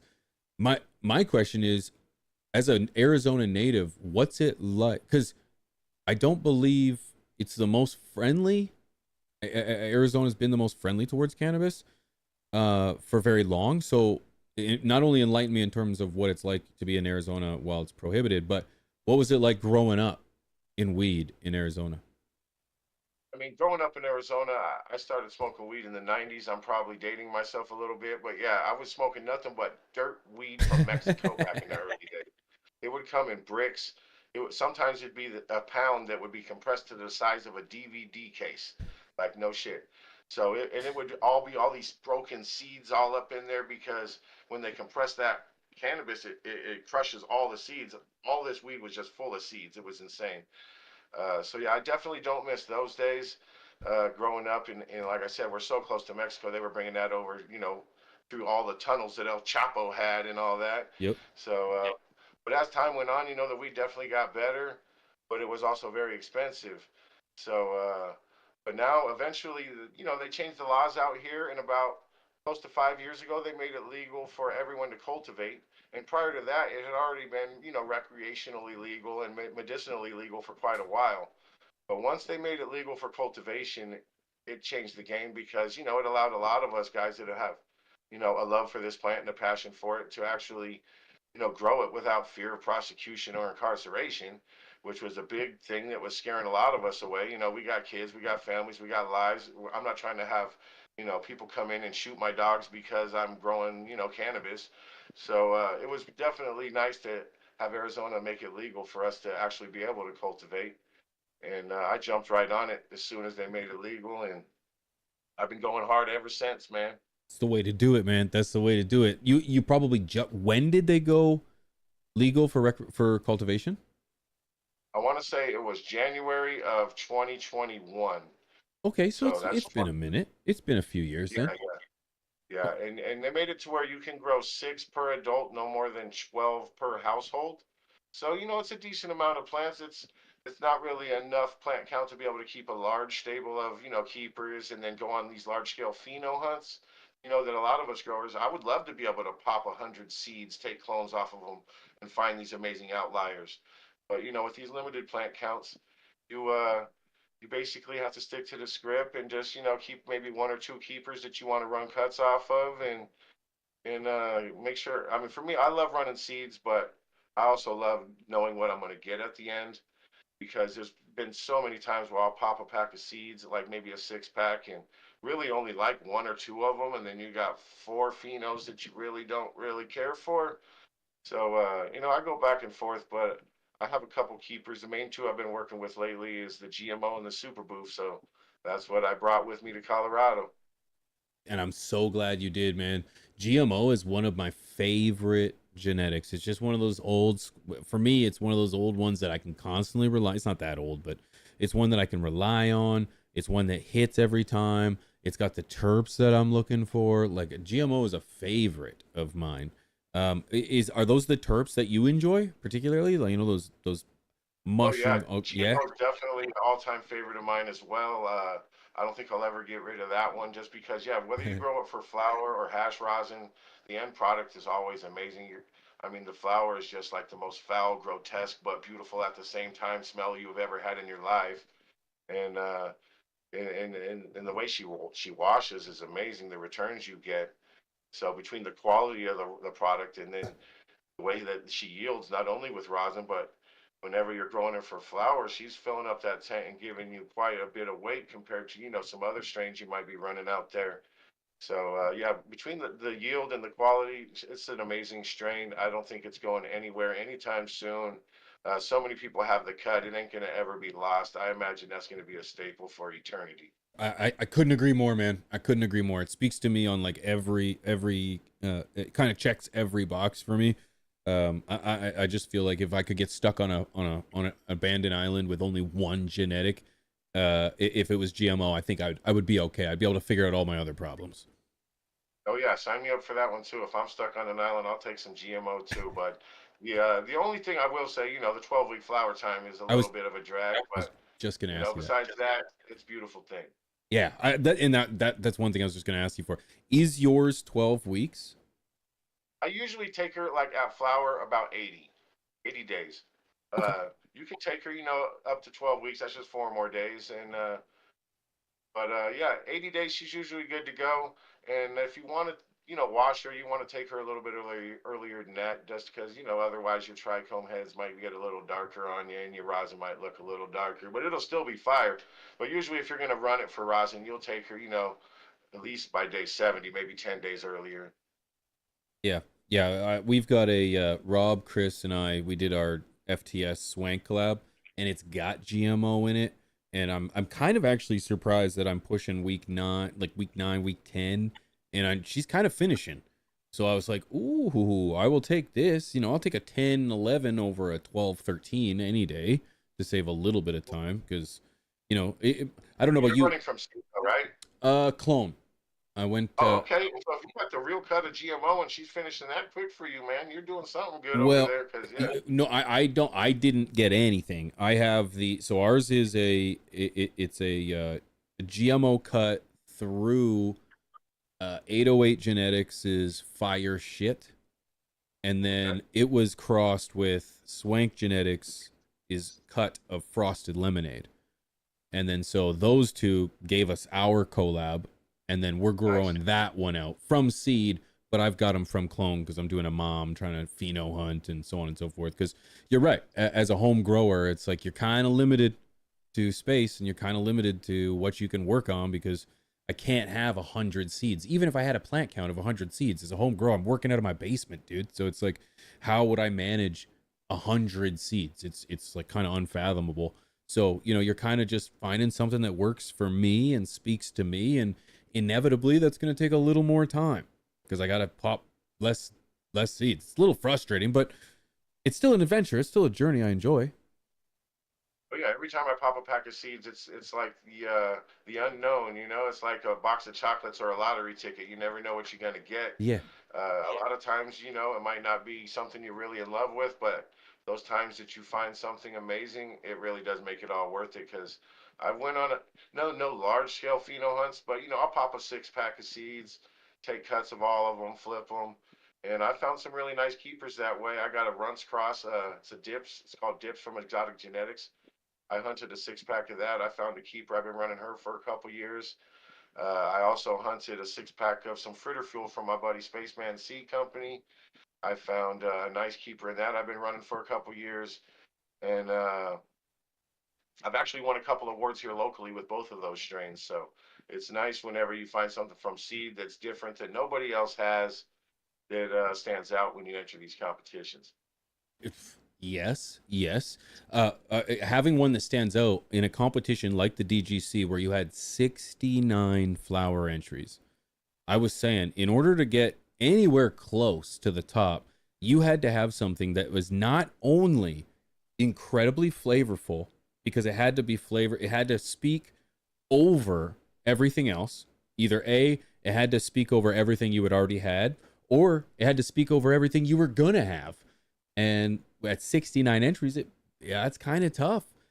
Not only that, is it either A, had to get you high enough, like you had to be high enough that you felt it going in, or it had to be a high that you remember. You know what I mean? Like it was just like you did it. You checked those boxes. Because as someone, I didn't get to try the flower, but I can only compare because I did do the hash rosin or the hash bash. It was a lot. It was a lot of dabs to try to just take it all in. Did you smoke much or like sample? Oh, the first day I definitely went around. I basically inspected all 69 jars. I walked Attaboy. around all the tables. It was I didn't smoke all 69 jars. I would go around, crack it, look at it, see how it looked, how it smelled. If it was, looked amazing to me, then I would smoke it because I can't smoke 69 jars. So I narrowed it down to probably like my top 20 that I was impressed with. And I didn't like smoke a lot of it. I just had a little glass pipe. I'd load a bowl up in it, and then me and my cousin would pass it back and forth and just take a couple rips, and then we would talk about it and see what what he thought, what I thought, and usually we were both right about on point about what we thought, which ones were the amazing ones and which ones were lacking in some areas. But there was definitely a lot of quality flower out there. I put my nose in a lot of jars and was very impressed. And once I started, really going through and looking at them, I didn't really think I stood that much of a chance because there was just so much quality weed. But at the end of the day, I knew that the terp profile on the Superboof was so unique that it was gonna kind of make some people take notice. It not only have some people take notice, Rob was talking about your Superboof before you had won the competition. He was talking about your stuff before that, and so it was definitely hitting the note. Like it definitely talked to the people that were interested. So yeah, you checked that box, dude. People were talking about it, and I think that's key. I think that's important. What's funny about that is I know for sure that Rob just doesn't like Superboof. He made a whole video about how he doesn't like that terp profile, and I get it because I've got some people in my circle that just aren't about that terp profile either. Yeah. But overall, it's definitely a crowd pleaser with some people who just really aren't into it. Yes. Yeah, I should be very clear about that. Yeah, it's not his genetic. It's not his terps. But the thing is that I'm the same way with the citrus. I really don't like citrus weed. I just find like it's a very I'm just not a fan. It doesn't matter. It just lingers in your throat too much, and it's just something that I don't enjoy. However, that doesn't mean if I don't smoke, like as soon as I smell it, I know it's got that citrus hit, right? You smell it, you're like, oh, okay, I know you're gonna be that limonene heavy. When I go to smoke it and I can taste it, I don't like it. It doesn't mean it's not good. It's to the contrary, dude. It's like if I hit it and I don't like it, you nailed it. You nailed it, because that means you're hitting this terp so well that I'm like, no thanks, dude. This is not for me. It's that strong citrusy terp. Don't like it. It's that orange in particular. So yeah, just because, and Rob in particular with the Superboof, just because we don't like it doesn't mean you cannot speak to the fact that it is loud and it hits. It's powerful. So even when you got your critics speaking that's a win, dude. That's a win. Yeah, I was definitely impressed that he would give it some sort of props, knowing that he does not care for that type of weed, but he could tell that it was grown well, and he's everybody appreciates quality flower regardless of if it might not be your favorite strain or whatever. Yeah, unless you live on Twitter. And then it's just a lot of hate on there, a lot of negativity, maybe not hate, negativity. It thrives over there. Are you over there? I started an account just because IG police can be crazy sometimes, so everyone was saying move over to Twitter, move over to Twitter. So I started an X account, but I'm not active at all. I haven't really done much over there. I don't spend much time on there at all. I probably should, but I spend most of my time on Instagram. Yeah. You know what?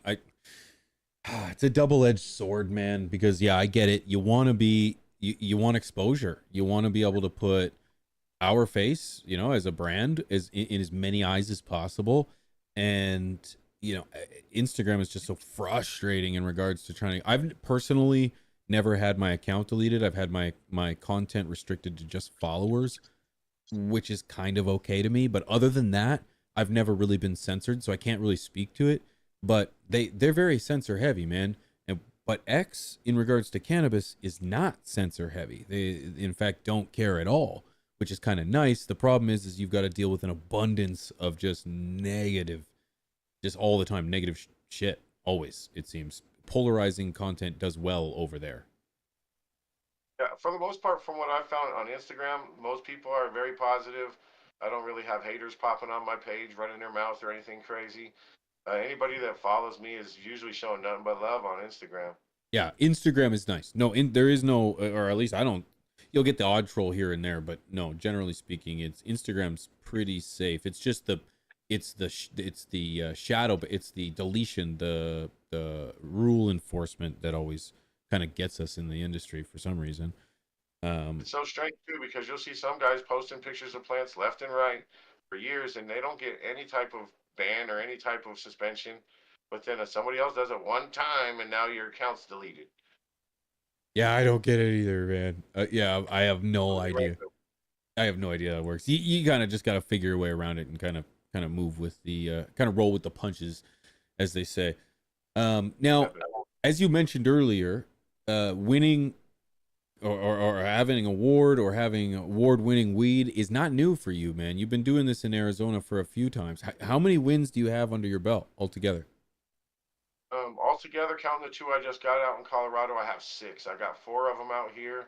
I actually have, if you see right there, I got 3 medals. That's from the Earl Cup out here in Phoenix. That's 2 silvers and a bronze. And then right there is actually, I won the first place in hybrid last fall. So that was pretty exciting for me at the time. And then, of course, that's the Dude Grows Cup trophy. And then over there is my Hash Bash trophy. So, yeah, that's 6 of them all together. I'm pretty pleased. That is incredible, dude. That speaks to something, man. So good for you, man. Good for you. In Arizona, what's it like to you said it was a little bit smaller pace, but what's the competitions like? Because frankly, in Canada, I don't really know of any competitions that are happening. So the fact that you get to participate in anything is pretty cool. Walk us through like what it's like to participate in a competition in Arizona. The main competition that I've competed out here in Phoenix is called the Earl Cup. It's been going on for, probably over a decade by now. Now they have a lot of different categories and classifications because not only do home growers enter into this competition, but also a lot of the dispensary brands will enter into the competition as well. So they keep them in different categories. The home growers have their own category, and the dispensaries get their own category, and they break them up into hybrids, indicas, sativas, and then they'll have first, second, and third for all 3 of those categories. Now the Earl Cup is great, but there's a new event in town that's kind of taken over. That's becoming the cool thing. It's called the Arizona Garden Classic. We actually have a cool little consumption lounge here called the High Lounge, and it's out in Tempe on Mill Avenue, right by ASU. And the guy Jason who owns it's hella cool. He throws a lot of events up there to help promote us local growers, and where we get to meet up there and kind of hang out, get to know each other, trade some herbs, smoke some doobies, and just have a good time up there. Well, he's throwing these events every couple months. He just had Volume 1, actually the Thursday I got back from Colorado after I won the DGC Cup and the Hash Bass, because it was amazing to go to the event here, 4 days after I got back and get to see all the local growers, that I'm cool with. And a lot of them I didn't really know yet, but a lot of them I did. And I got many congratulations at that event. But yeah, basically that event is a little bit different. It's definitely pretty something cool too. Each grower turns in 2 ounces of flour. They bag, and then each grower gets to get 28 Mylar bags that you put 2 grams of flour in each one. Those 28 grams get distributed to 28 judges. That each judge gets a box with 2-gram sample from every grower. And then they get to take that box home and sample it, take notes for about 2 weeks. And then they have to turn their scorecards in to Jason, and then Jason tallies the score, announces the winner. They actually have a really cool belt that like the WWE have and stuff for the winner. and you actually win a nice little cash prize. I think last time it was almost $1,200 to the winner. So yeah, that event is really something I'm looking forward to. We got another one coming up in August that I'm going to be entered into. And what I like about that event is they mix both the dispensary brands and the home growers together. I don't want us to be separated. I want to go against the dispensaries because I feel like, hey, that's bragging rights. If you can take down all these major brands that, got products on the shelves, I think that's even just better. I agree, dude. That's kind of like um that's kind of like some bragging rights, total bragging rights. Exactly like you said, domination. It's like craft cannabis or like the little guy is always going to be, in my opinion, better than the commercial stuff, mainly for quality assurance. A lot of the bigger brands in town ended up beating a lot of us home growers. There was two guys that were home growers that actually finished up near the top. Shout out my buddy Peach Grows AZ. He was at the Dude Grows Cup as Yep. well. He finished in 5th place. Finished ahead of a lot of really good growers and finished ahead of a lot of quality brands that are out here on the dispensary shelves here. And then another guy that finished up really high was AZ Night Garden. So yeah, both of those guys did really well the last Arizona Garden Classic, and I'm looking forward to getting up a little higher this next one coming up.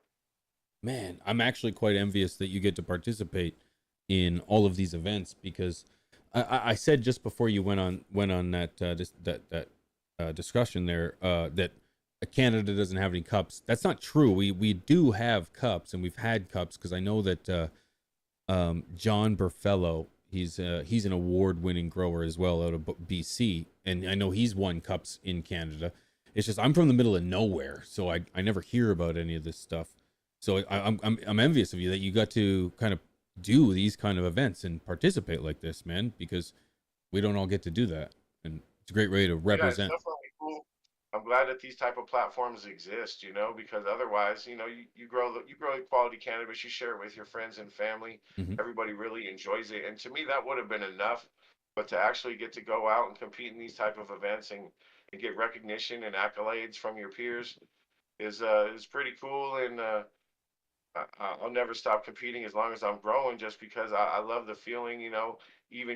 Even if you don't win, going to these events and meeting all these people and just having a good time is worth the trip to me every time.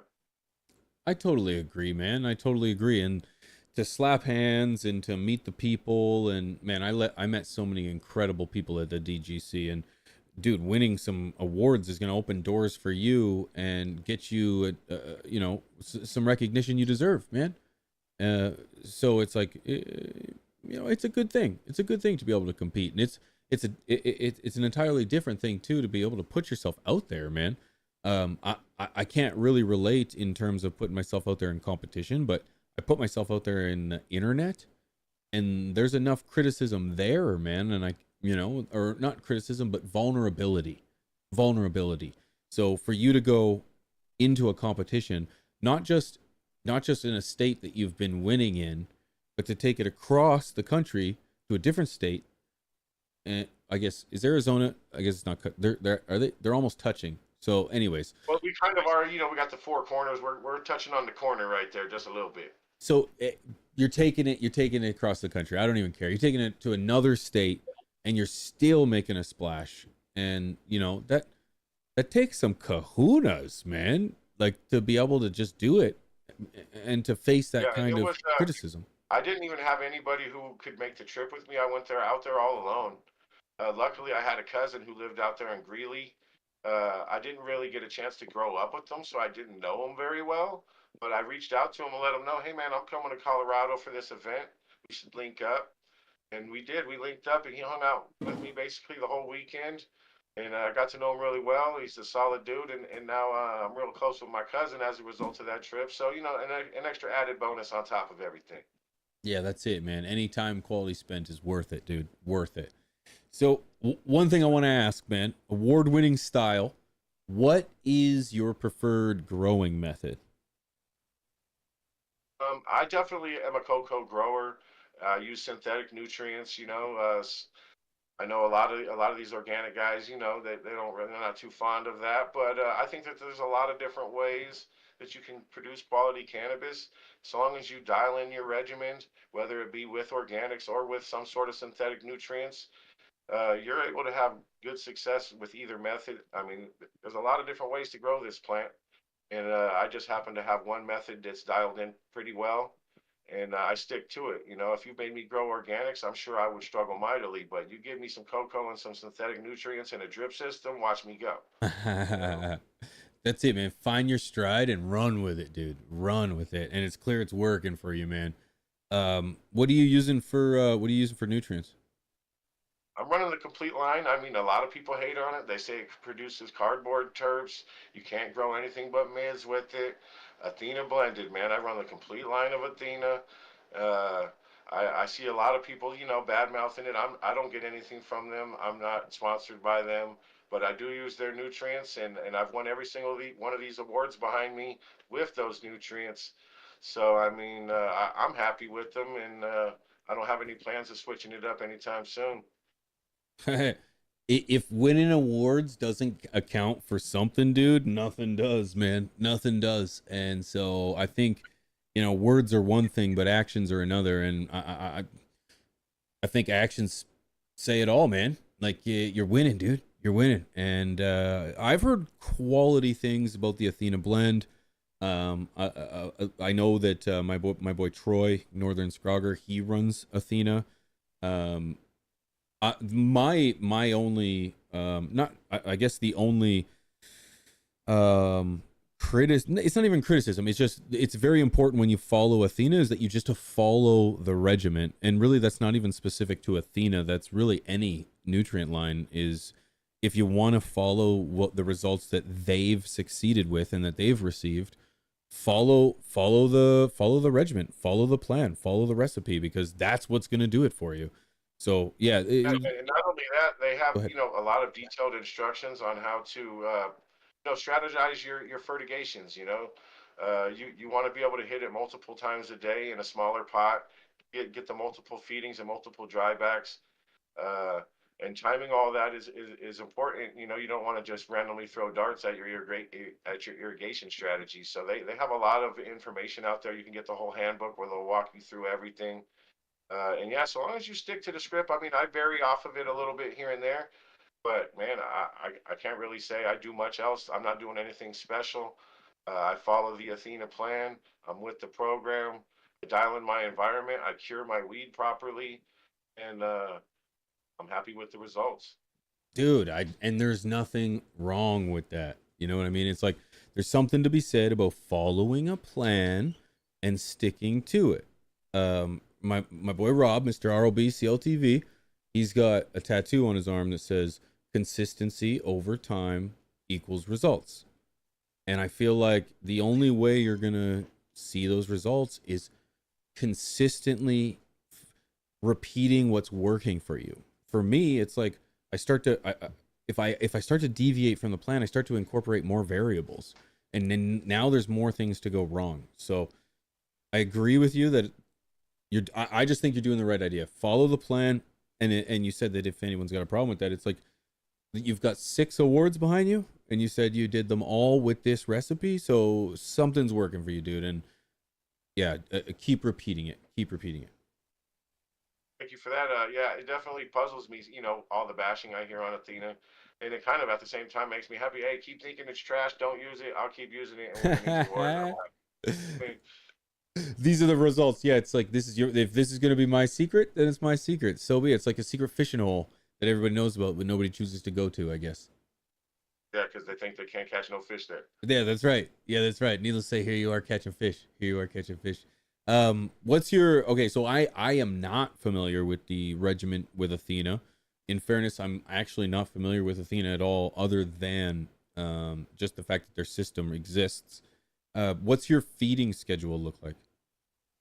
I mean, I've definitely played around with it. I don't follow their feeding schedule to a T. Uh, they set it up with like what they call P1, P2, P3, and P4. So I believe what if you go by their handbook, you'll do like 4 fertigations a day. Uh, I don't know if that's 100% correct, but that's just about the way I remember reading it. But there's a lot of guys that'll hit it, double that amount of times. It just depends on, a lot of different factors.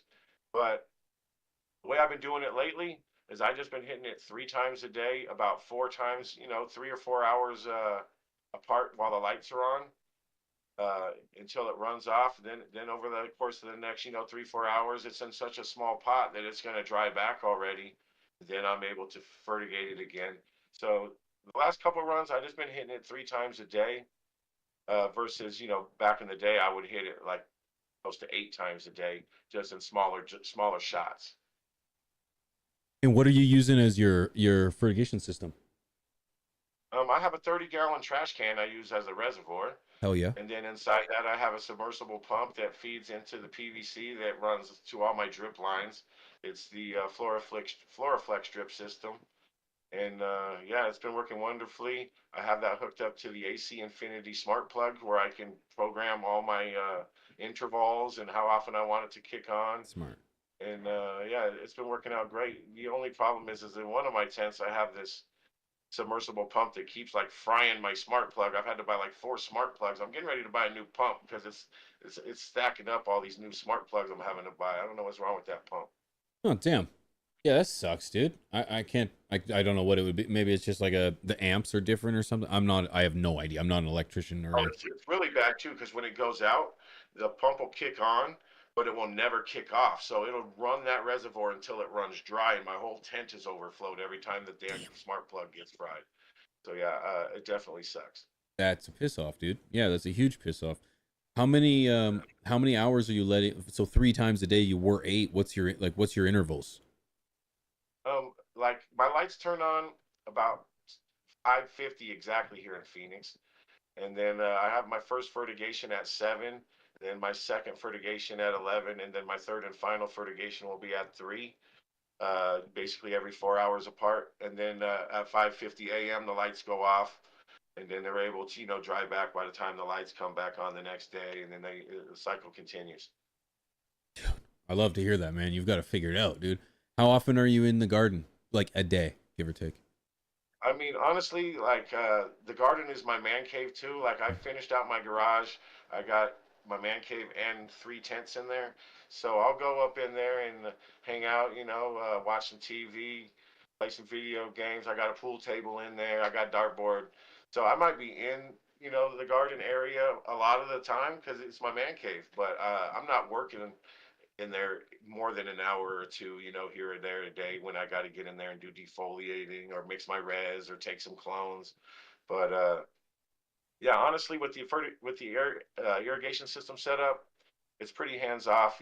The main things that I hate, or I don't hate, but the main things that are a lot of work are the defoliating these tents. When you're scrogging out a 4x8 and you got that thing cubed out, to get in there and defoliate it and keep your airflow right and your light penetration right, it can be quite difficult to get and reach those spots. So what I actually did my last run, I'm pretty happy with. I built like a rolling dolly that I can put my tent on, so I can just pull my whole tent away from the wall, get around behind it, and then get those leaves that are hard to reach from, reaching all the way across your tent. Dude, you put the tent on a dolly, bro? Well, I mean, what I did was I just went and bought a 4x8 sheet of plywood. That's the exact size of my 4x8 tent. And then I went and bought some 2x4s, 8 foot, and went all the way around. I built like a nice little picture, like a furniture dolly, that just rolls around with 4 wheels on the bottom. But it's huge. It's 4x8, and it's underneath my 4x8 tent, so I can pull it away. Because I was having so much problems trying to reach them back corners when I was defoliating. My God, dude, that's genius. Yeah, that's brilliant, dude. That's brilliant. I thought putting the plant pots on trays with wheels was genius enough. Putting the whole damn tent on wheels, dude, I never even thought about that. That's like the next big thing. Wait for it. Extra $100 to your next tent purchase because you recommended, or you started putting wheels on the bottom of tents. And it's pretty amazing. The only thing that, I got the reservoir hooked up. I got the exhaust piped out. So I really only pull it away on reservoir change days, once a week. because, otherwise you got to disconnect your res and water starts squirting everywhere. So I really only like to do it on res change days. I'll pull it away. I'll get behind the tent. I'll clean up what I need to clean up. But besides the res, I just got to disconnect my exhaust real quick, which is just like one little strip of duct tape that I used to hold it on there. So it just takes a minute, and I'm able to pull it away and get back there. It's definitely way better than I used to have to do it. Yeah, I'm dude. not a small guy. I'm not so nimble. So for me to have to reach across a 4x8 tent to defoliate was a struggle a lot of the time. Man, I get it. I get it. I am a little guy. I am pretty nimble, and I still struggle with trying to get back behind there. And not to mention, it's like once you move that tent, it's like you can now get access to just areas you wouldn't regularly have access to. The back corners of my tent, on the outside, like on the outside of the tent, there's so much dirt, probably dog hair and grime that's collected over there that I can't get with the vacuum. So just even moving it 2 inches away from the wall so I can get the vacuum nozzle back there would be huge, man. So yeah, I really actually like that idea, and I might very well use it. So it's As long as you got the room out in front, a couple feet to pull it out, why not? Some people don't have the space. You just got the tent crammed in the corner, so there's no room to pull it out. But luckily, I had the space. yeah, I've got a little bit of space in front too, so I can just pull it out a little bit. It's genius. Won't work for everybody, but that's just like all parts of gardening. Doesn't work for everybody. One thing that you mentioned that I kind of enjoy is that your man cave is inside with the tents. That's wicked, dude. You have a man cave, first of all, so I know you have a family. You did already mention that you had kids because you were worried about growing, prohibition days, and things to lose. What's your family life like? You do have kids, yes? Well, yeah, I have one son. He is now 26 years old, so Oh my he doesn't God, really dude. need me as much anymore. But he still lives with me, so he's actually in the very next room for me right there, probably playing Call of Duty or something. Oh, let's go. But yeah, I love him. He's a good dude. He's working in the electrical trade. He goes out there and sweats his ass off in this Arizona sun every day. My man, dude, Mark, you look great to have you said 26? Well, I started pretty early, but yeah, I appreciate that, man. Yeah, I'm definitely in my mid 40s. Hell yeah, and you look great, dude. Good for you, man. And yeah, be proud of that, man. Yeah, be proud. And I think it's I think it's admirable to be able to run a garden, run a family, run a real life and a business, all of that on top of each other. It's like, man, it's not easy at all. Where do you find time? What's your where do you find time? Do you have a place of peace? You schedule it? The garden is my place of peace. I do all this in my spare time. I work basically 50 hours a week at a full-time job. So anything that I do in the garden is done in my spare time. Maybe one day I'll be able to do, some sort of cannabis work. But for now, I got a decent little gig where I'm at, and cannabis doesn't, pay the bills. It's just a passion of mine. So, but yeah, for now, I'm just continuing to work, continuing to grow this plant, and hopefully continue to have success. Well, you're gonna, man, and you know what? With the genetics and winning the cups, man. To say that cannabis as a career or as a business for you is not in your future, would be crazy, man. I 100% think that somebody with your skill level and your passion, it's already proven, man, should 100% try to find a way that you can get your genetics to the world. Because I know I would love to grow them, and I know I don't speak for myself when I say that there's probably a number of other people that would love to be able to get their hands on award-winning genetics, particularly those GMO terps, dude. Yeah, for real. So I've actually, when I was at that Garden Classic a couple weeks ago, when I got back from Denver, I was approached by a gentleman who has a facility here in town, and he has it's a giant warehouse with 31 rooms built out within it. Wow. And he was trying to get me to come down and set up a meeting and a tour to see about maybe renting one of those rooms at the facility. Uh, but the thing that scared me away was he's like, yo, it's fully outfitted. You don't need to install any equipment. Uh, the rent on that place would be bananas. He wants 2 months rent up front for me to get the building. So, I got to find the right situation that's going to work for me, because I'm not going to, invest every dollar I have in my life into, something like that I'm not sure if it's going to end up working out. If somebody really believed in me and was willing to, put me on, and we could work out a fair deal to where at the end of the day we both got something that was worth our troubles, yeah, that would be amazing. But for me to have to financially back everything, I don't think that's ever going to happen. No, I personally don't think that that's a great idea at all. And I think your gut is very important, and it's definitely something that you should listen to. I feel like we know best, and sometimes our head and our emotions kind of get caught up in things, but it's like our gut kind of knows. And unfortunately, with like, I don't want to bring any gloom to anyone's bubble, but there are so many sharks in this game, dude, that are just looking for an opportunity for us or somebody to just waver and to give up money. And it's just like there's a lot of people that want your cash, and Yeah. you got to be careful. You got to be careful. And I'm not saying that this deal that you're looking at wasn't or isn't a good idea. I'm just, there's a lot of sharks out there, man, and I think your work speaks for itself. And yeah, I think the idea that you have that, looking for a fair partner is definitely reasonable, dude. And I your genetics speak for themselves. Someone's gonna know that.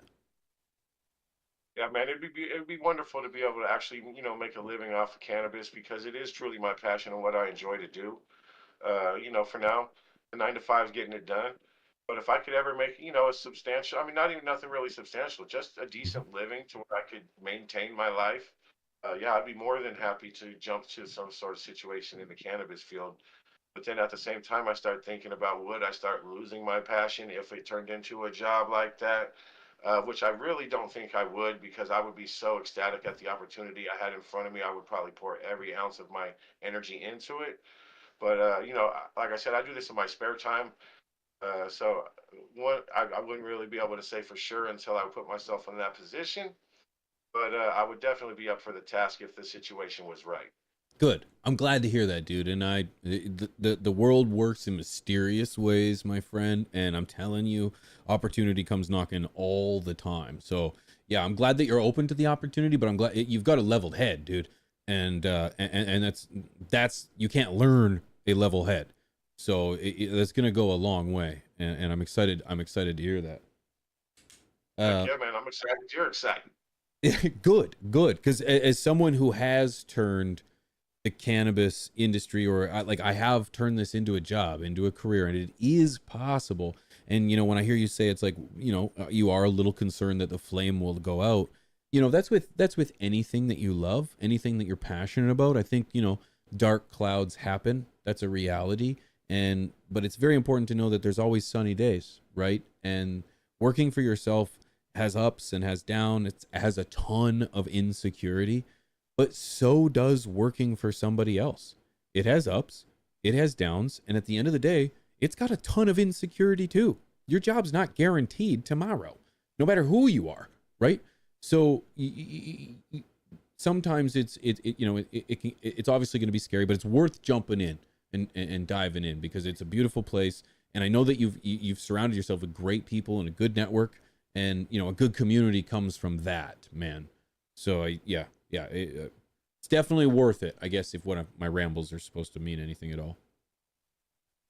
No doubt. I look forward to any type of those opportunities that come my way. I'm waiting for the right one. I'm not going to jump on one that's going to jeopardize any type of my well-being or my lifestyle. So, uh, yeah, hopefully, somebody comes and knocking. I'll be waiting.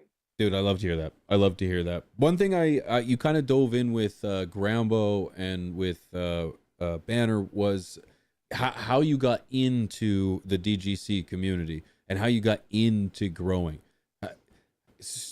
Talk to me about that. How did you get into growing, and then B, how did you get into finding a community online? Well, like I said, it went legal in 2021, the January of that year, and so yeah, I jumped right on it when it was growing. I bought a nice setup, but I really, I was a new guy, didn't really know what I was doing. So I was very lucky. I met a good friend of mine that's a brother of mine to this day. He's from Spaceman Seed Company. He's a local breeder here in Arizona who's doing some pretty big things, some good work. Uh, he's actually created a couple of the strains that I won these awards with. And he taught me a lot, man. He showed me all the tricks of the trade he'd learned over the 15 years he'd been cultivating marijuana. And man, I couldn't be more grateful because he definitely showed me a lot of cool stuff that it would have took me a lot of trial and error to learn. And yeah, besides that, I just took it from there, ran with it. I really have a huge passion for it, so it's not really work to me. It's just fun every time I'm in the garden. That's good, dude. I'm glad. I'm glad to hear that, man. You still have a very bright light with you, man. When you went online and you found the DGC, is this your first Dude Grows Cup? Yes, it is. I've been a fan of the show for many years. Basically, since I started growing, I was going down YouTube and finding the weed channels, and I found you, I found Rob, I found Chris, and then you guys formed like Voltron and made From the Stash. It was pretty awesome, man. So definitely a big fan of that. But yeah, then I also found the Dude Grows cut or the Dude Grows show, I should say. I watched them for a lot of time, and they actually featured one of my grows on their show about, maybe 3 years ago. Grambo or not Grambo, Guru was still on there, Mm-hmm. and that was a very big moment for me to have my grow featured on the Dude Grows show at that time, because I had only been growing, not too long. So yeah, I've been a big fan of the show. I finally decided this was the year I was going to make it out there. I found a buddy of mine on Instagram that I've been following that had been making the trip up there. So he gave me the lowdown on the event. And yeah, I decided I was going to go this year. And I couldn't be more happy that I made that decision. Man, dude, what's the best event you've ever been to? Oh, Dude Grows Cup, hands down, hands down. Dude, I was Hands hoping down. you were gonna say that. Is it the most? Is it the most people for me? 100% same thing, hands down. I've been to a few, probably not as many as you, but hands down, best cannabis event I've ever been to. Was it the biggest for you? Yes, it was the biggest. Also, just the most excitement. Uh, just the most crowd participation. Like, don't get me wrong, this Arizona Garden Classic that we got cooking out here is something definitely that's special, but it's not as large of a scale as what they have going on out there. Uh, and it's just a different style event. The judges get to take the samples home for weeks, turn in their their scorecards later. But the Dude Grows Cup, everyone comes there that day. They all smoke and sample all that in the same day, and then they all with their tokens for the ones they really enjoyed. So it's definitely a different type of event that's unique, and I think that I would love to see an event similar start over here in Arizona. I thought it was amazing. Dude, 100%. Yeah, it was so unique in that way where it's like everyone that came was a judge. If you signed up, Yeah. you got a judge. You got the little chillum or whatever, the little pipe, and you kind of went And around. open to the public. Anybody could go. It was open to the public. So long as you bought a ticket, you could go and be a judge. The events here, the judges are selected. You can't just go. So it's a lot more exclusive. The way they did it over there, anybody who wants to go buy a ticket, come to the event and be a judge. So I think that that's pretty cool because, there's a lot of people out there that won't get selected to be a judge on a smaller scale, but would still love to go to an event like that and get to sample that much quality cannabis and cast their votes. Yeah, I totally agree, man. And the fact that we still have communities, or sorry, events that are by the community for the community is pretty damn awesome. One of the biggest demises of High Times before it was purchased again was the fact that it just became so corporate. These events, these cannabis cups were just purchased by sponsors. They would put their weed in, they would sponsor the event and then win the event. And it's like we're losing all credibility in these events if we cannot Yeah. if we cannot weed through the corporate shit to find the good stuff, the good stuff. So it's like that's why I love the Dude Grows. It was amazing for that reason. Yeah, and I feel like, it can't really be rigged. The public are going to go there. They got their tokens. They're going to vote for what they really enjoyed. I was a nobody from another state. So it was everything's just completely anonymous, and it's just up to the smokers and what they really think. Yeah, you're absolutely right, man. And it was a pleasure to be a part of. It's like you're right. It's like the public could come in and unless you're paying people to go in there and make a vote, which I think would be ludicrous because for why? You're getting an honest amount at 500 people. 500 people were there. I think that's a very nice sample size. Yeah, it was packed.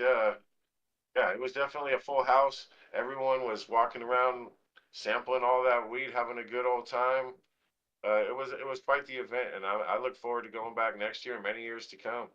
Me too, dude. Me too. What does the future hold for Grow Fire Farms? We talked about the opportunity, but what are you planning?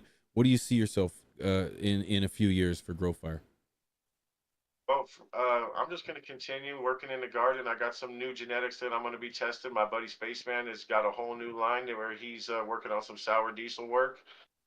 So I've got quite the treasure trove to dig in through there. Hopefully, find some really special things.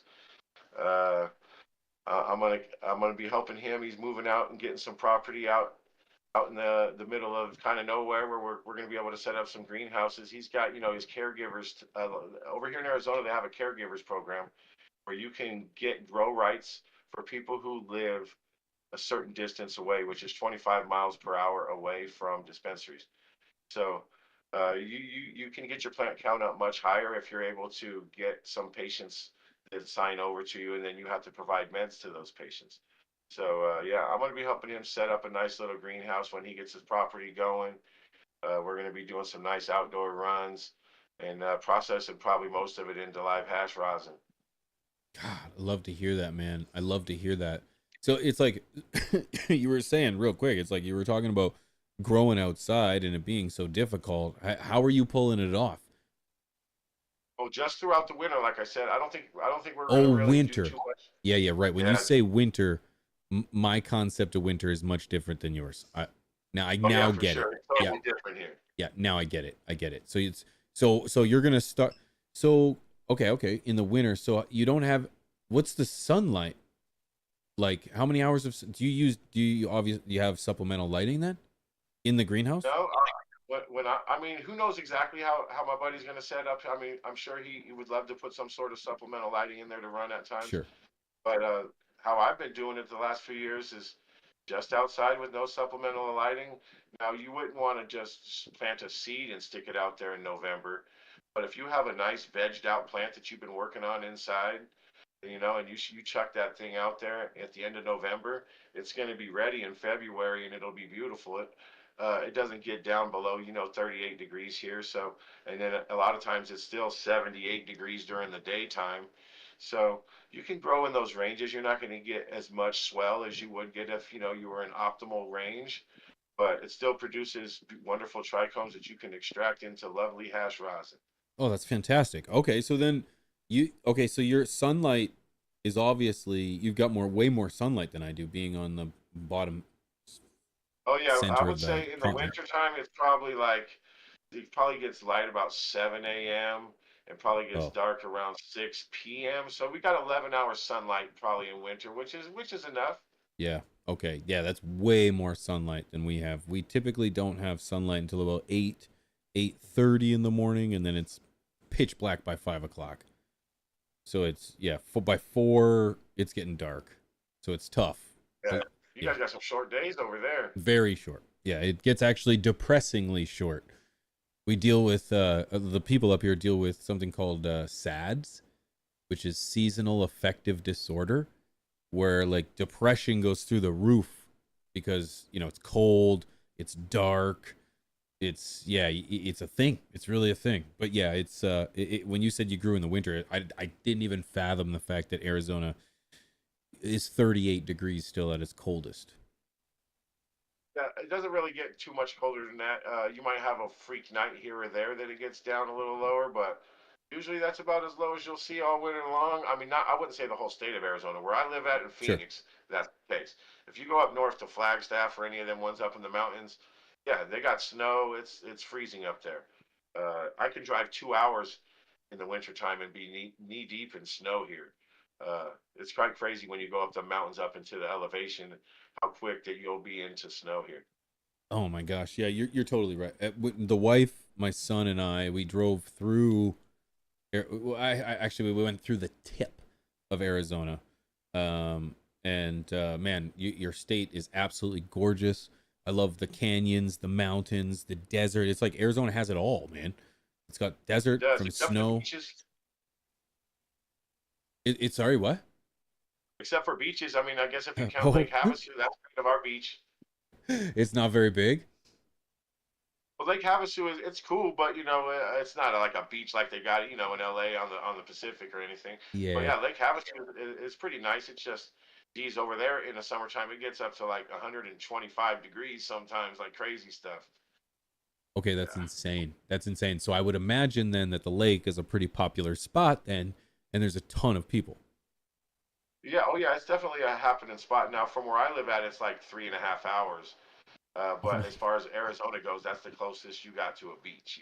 Okay, that's insane, dude. Like, okay, in Canada here, we have bodies of water that are so massive here. Like Lake Winnipeg, for example, is huge, and it's got massive beaches, and yeah, we wouldn't even fathom. Do you know how many people live in Arizona though? Oh man, I couldn't tell you off top, but I know as far as Phoenix goes, we're one of the most populated metropolitan cities in the country. I would say we're like right around number 5 or something like Okay. that. Like we got a lot of people here, and it's pretty spread out. Takes up a lot of space. We got a lot of suburbs and stuff like that. For me to drive from one end of the valley to the other, could take almost an hour, or even longer if there's traffic. Okay. Okay, Mrs. P. Arizona has 7.5 million people. 7.5 million people. Arizona does. Yeah. Okay, and I bet you most of those are in Phoenix. Phoenix probably has at least half of those, I would think. Right. Right. What's the next major city in Arizona?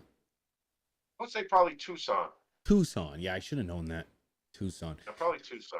It was funny because I don't know if it's funny, but as we drove down to the southern states, I started to pass through more vehicles.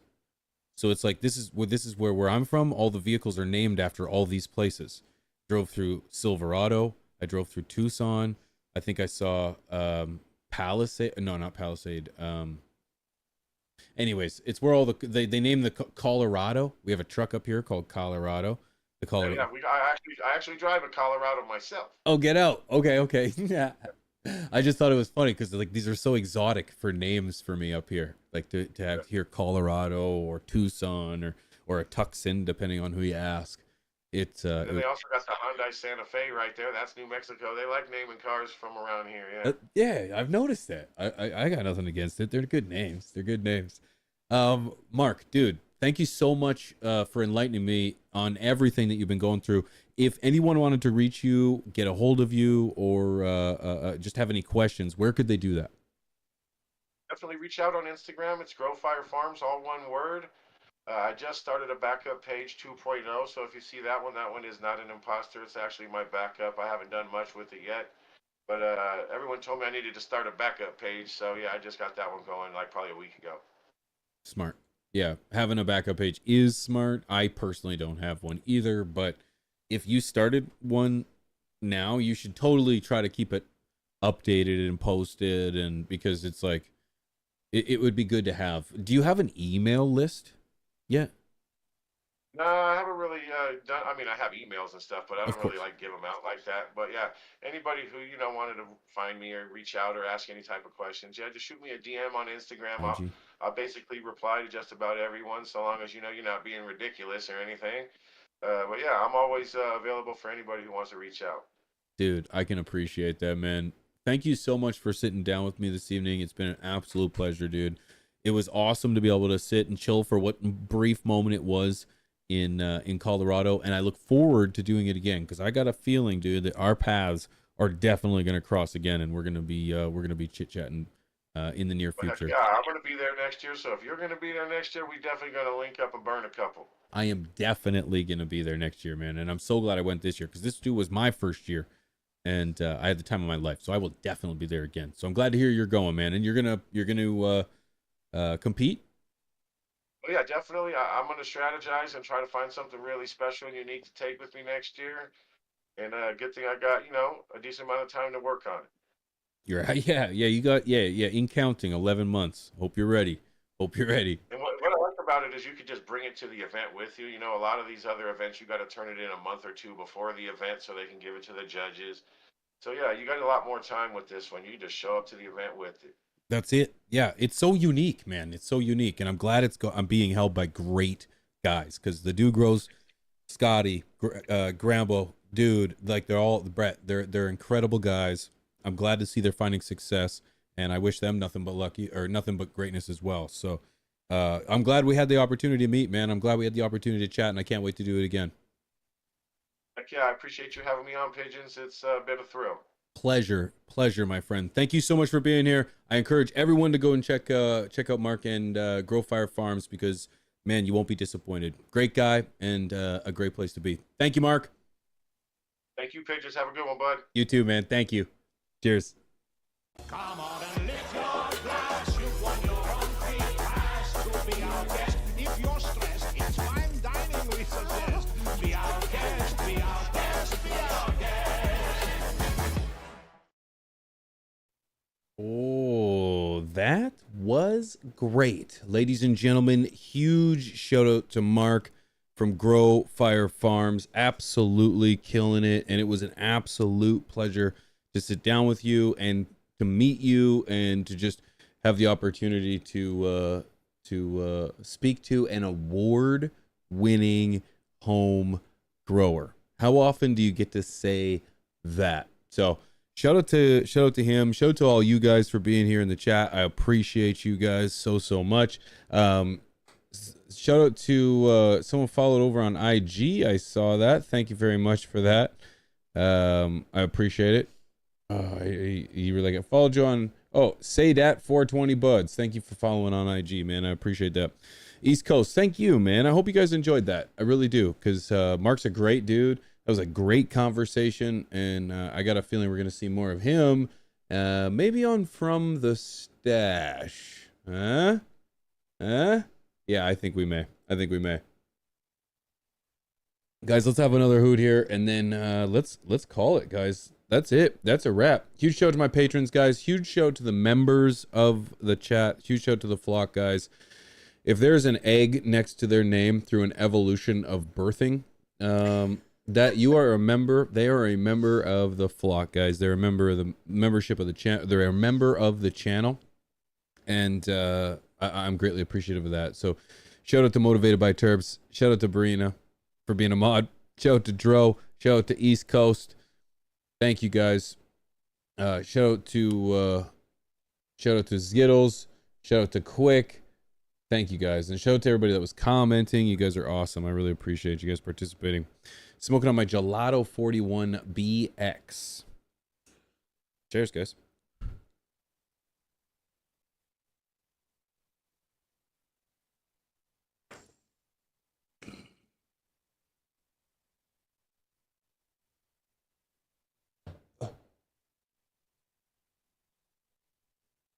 Let's see everyone go for Athena now. Yeah, there are a lot of people. I chose Stash Blend. Yes. I think it's a lot less, a lot cheaper.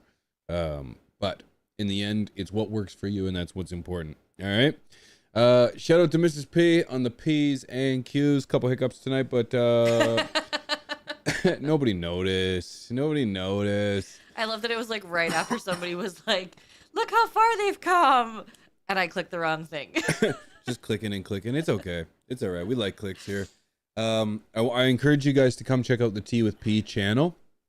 It's the interview specific. So if you are new here, we've got 59 episodes in the bank, and we've talked to some incredible people. Every single week, there is a brand new interview dropping on the channel, and as the weeks go on, the quality of the interviews gets immensely better. Working our way up to 4K interviews. That's the goal for Mrs. P and I. And as a matter of fact, we have achieved it. We have achieved 4K interviews. So we are going to continue that trend so that all the new interviews that you guys see on the channel will be in 4K. So look forward to that. I also want to mention too that there'll be interviews over there that you will not see over here. Not every episode of T is going to be a live interview. Some of them, most of the episodes will just be us, and then new ones drop in on the T channel. So look forward to that. Also got a brand new Grow channel, Grow channel video coming in like the next week. I've got some updates to do about my FTS Swank collaboration. And then I'm also doing a update in regards to the burns that I gave to my plants over the course of the last few weeks. Interesting how it adds the OW on there without the link. But whatever. You see that? Yeah. Yeah, weirdo. But whatever. So yeah, expect that too, guys. But that's all I have today. If you guys want to chill and hang out tomorrow, I'll be on Twitch, twitch.tv/pigeons420, where we just chill and hang out and have ourselves a good quality time. I appreciate you guys so much for watching. You guys are absolute beasts. I'll catch up with you guys real soon. All right, my friends. Peace.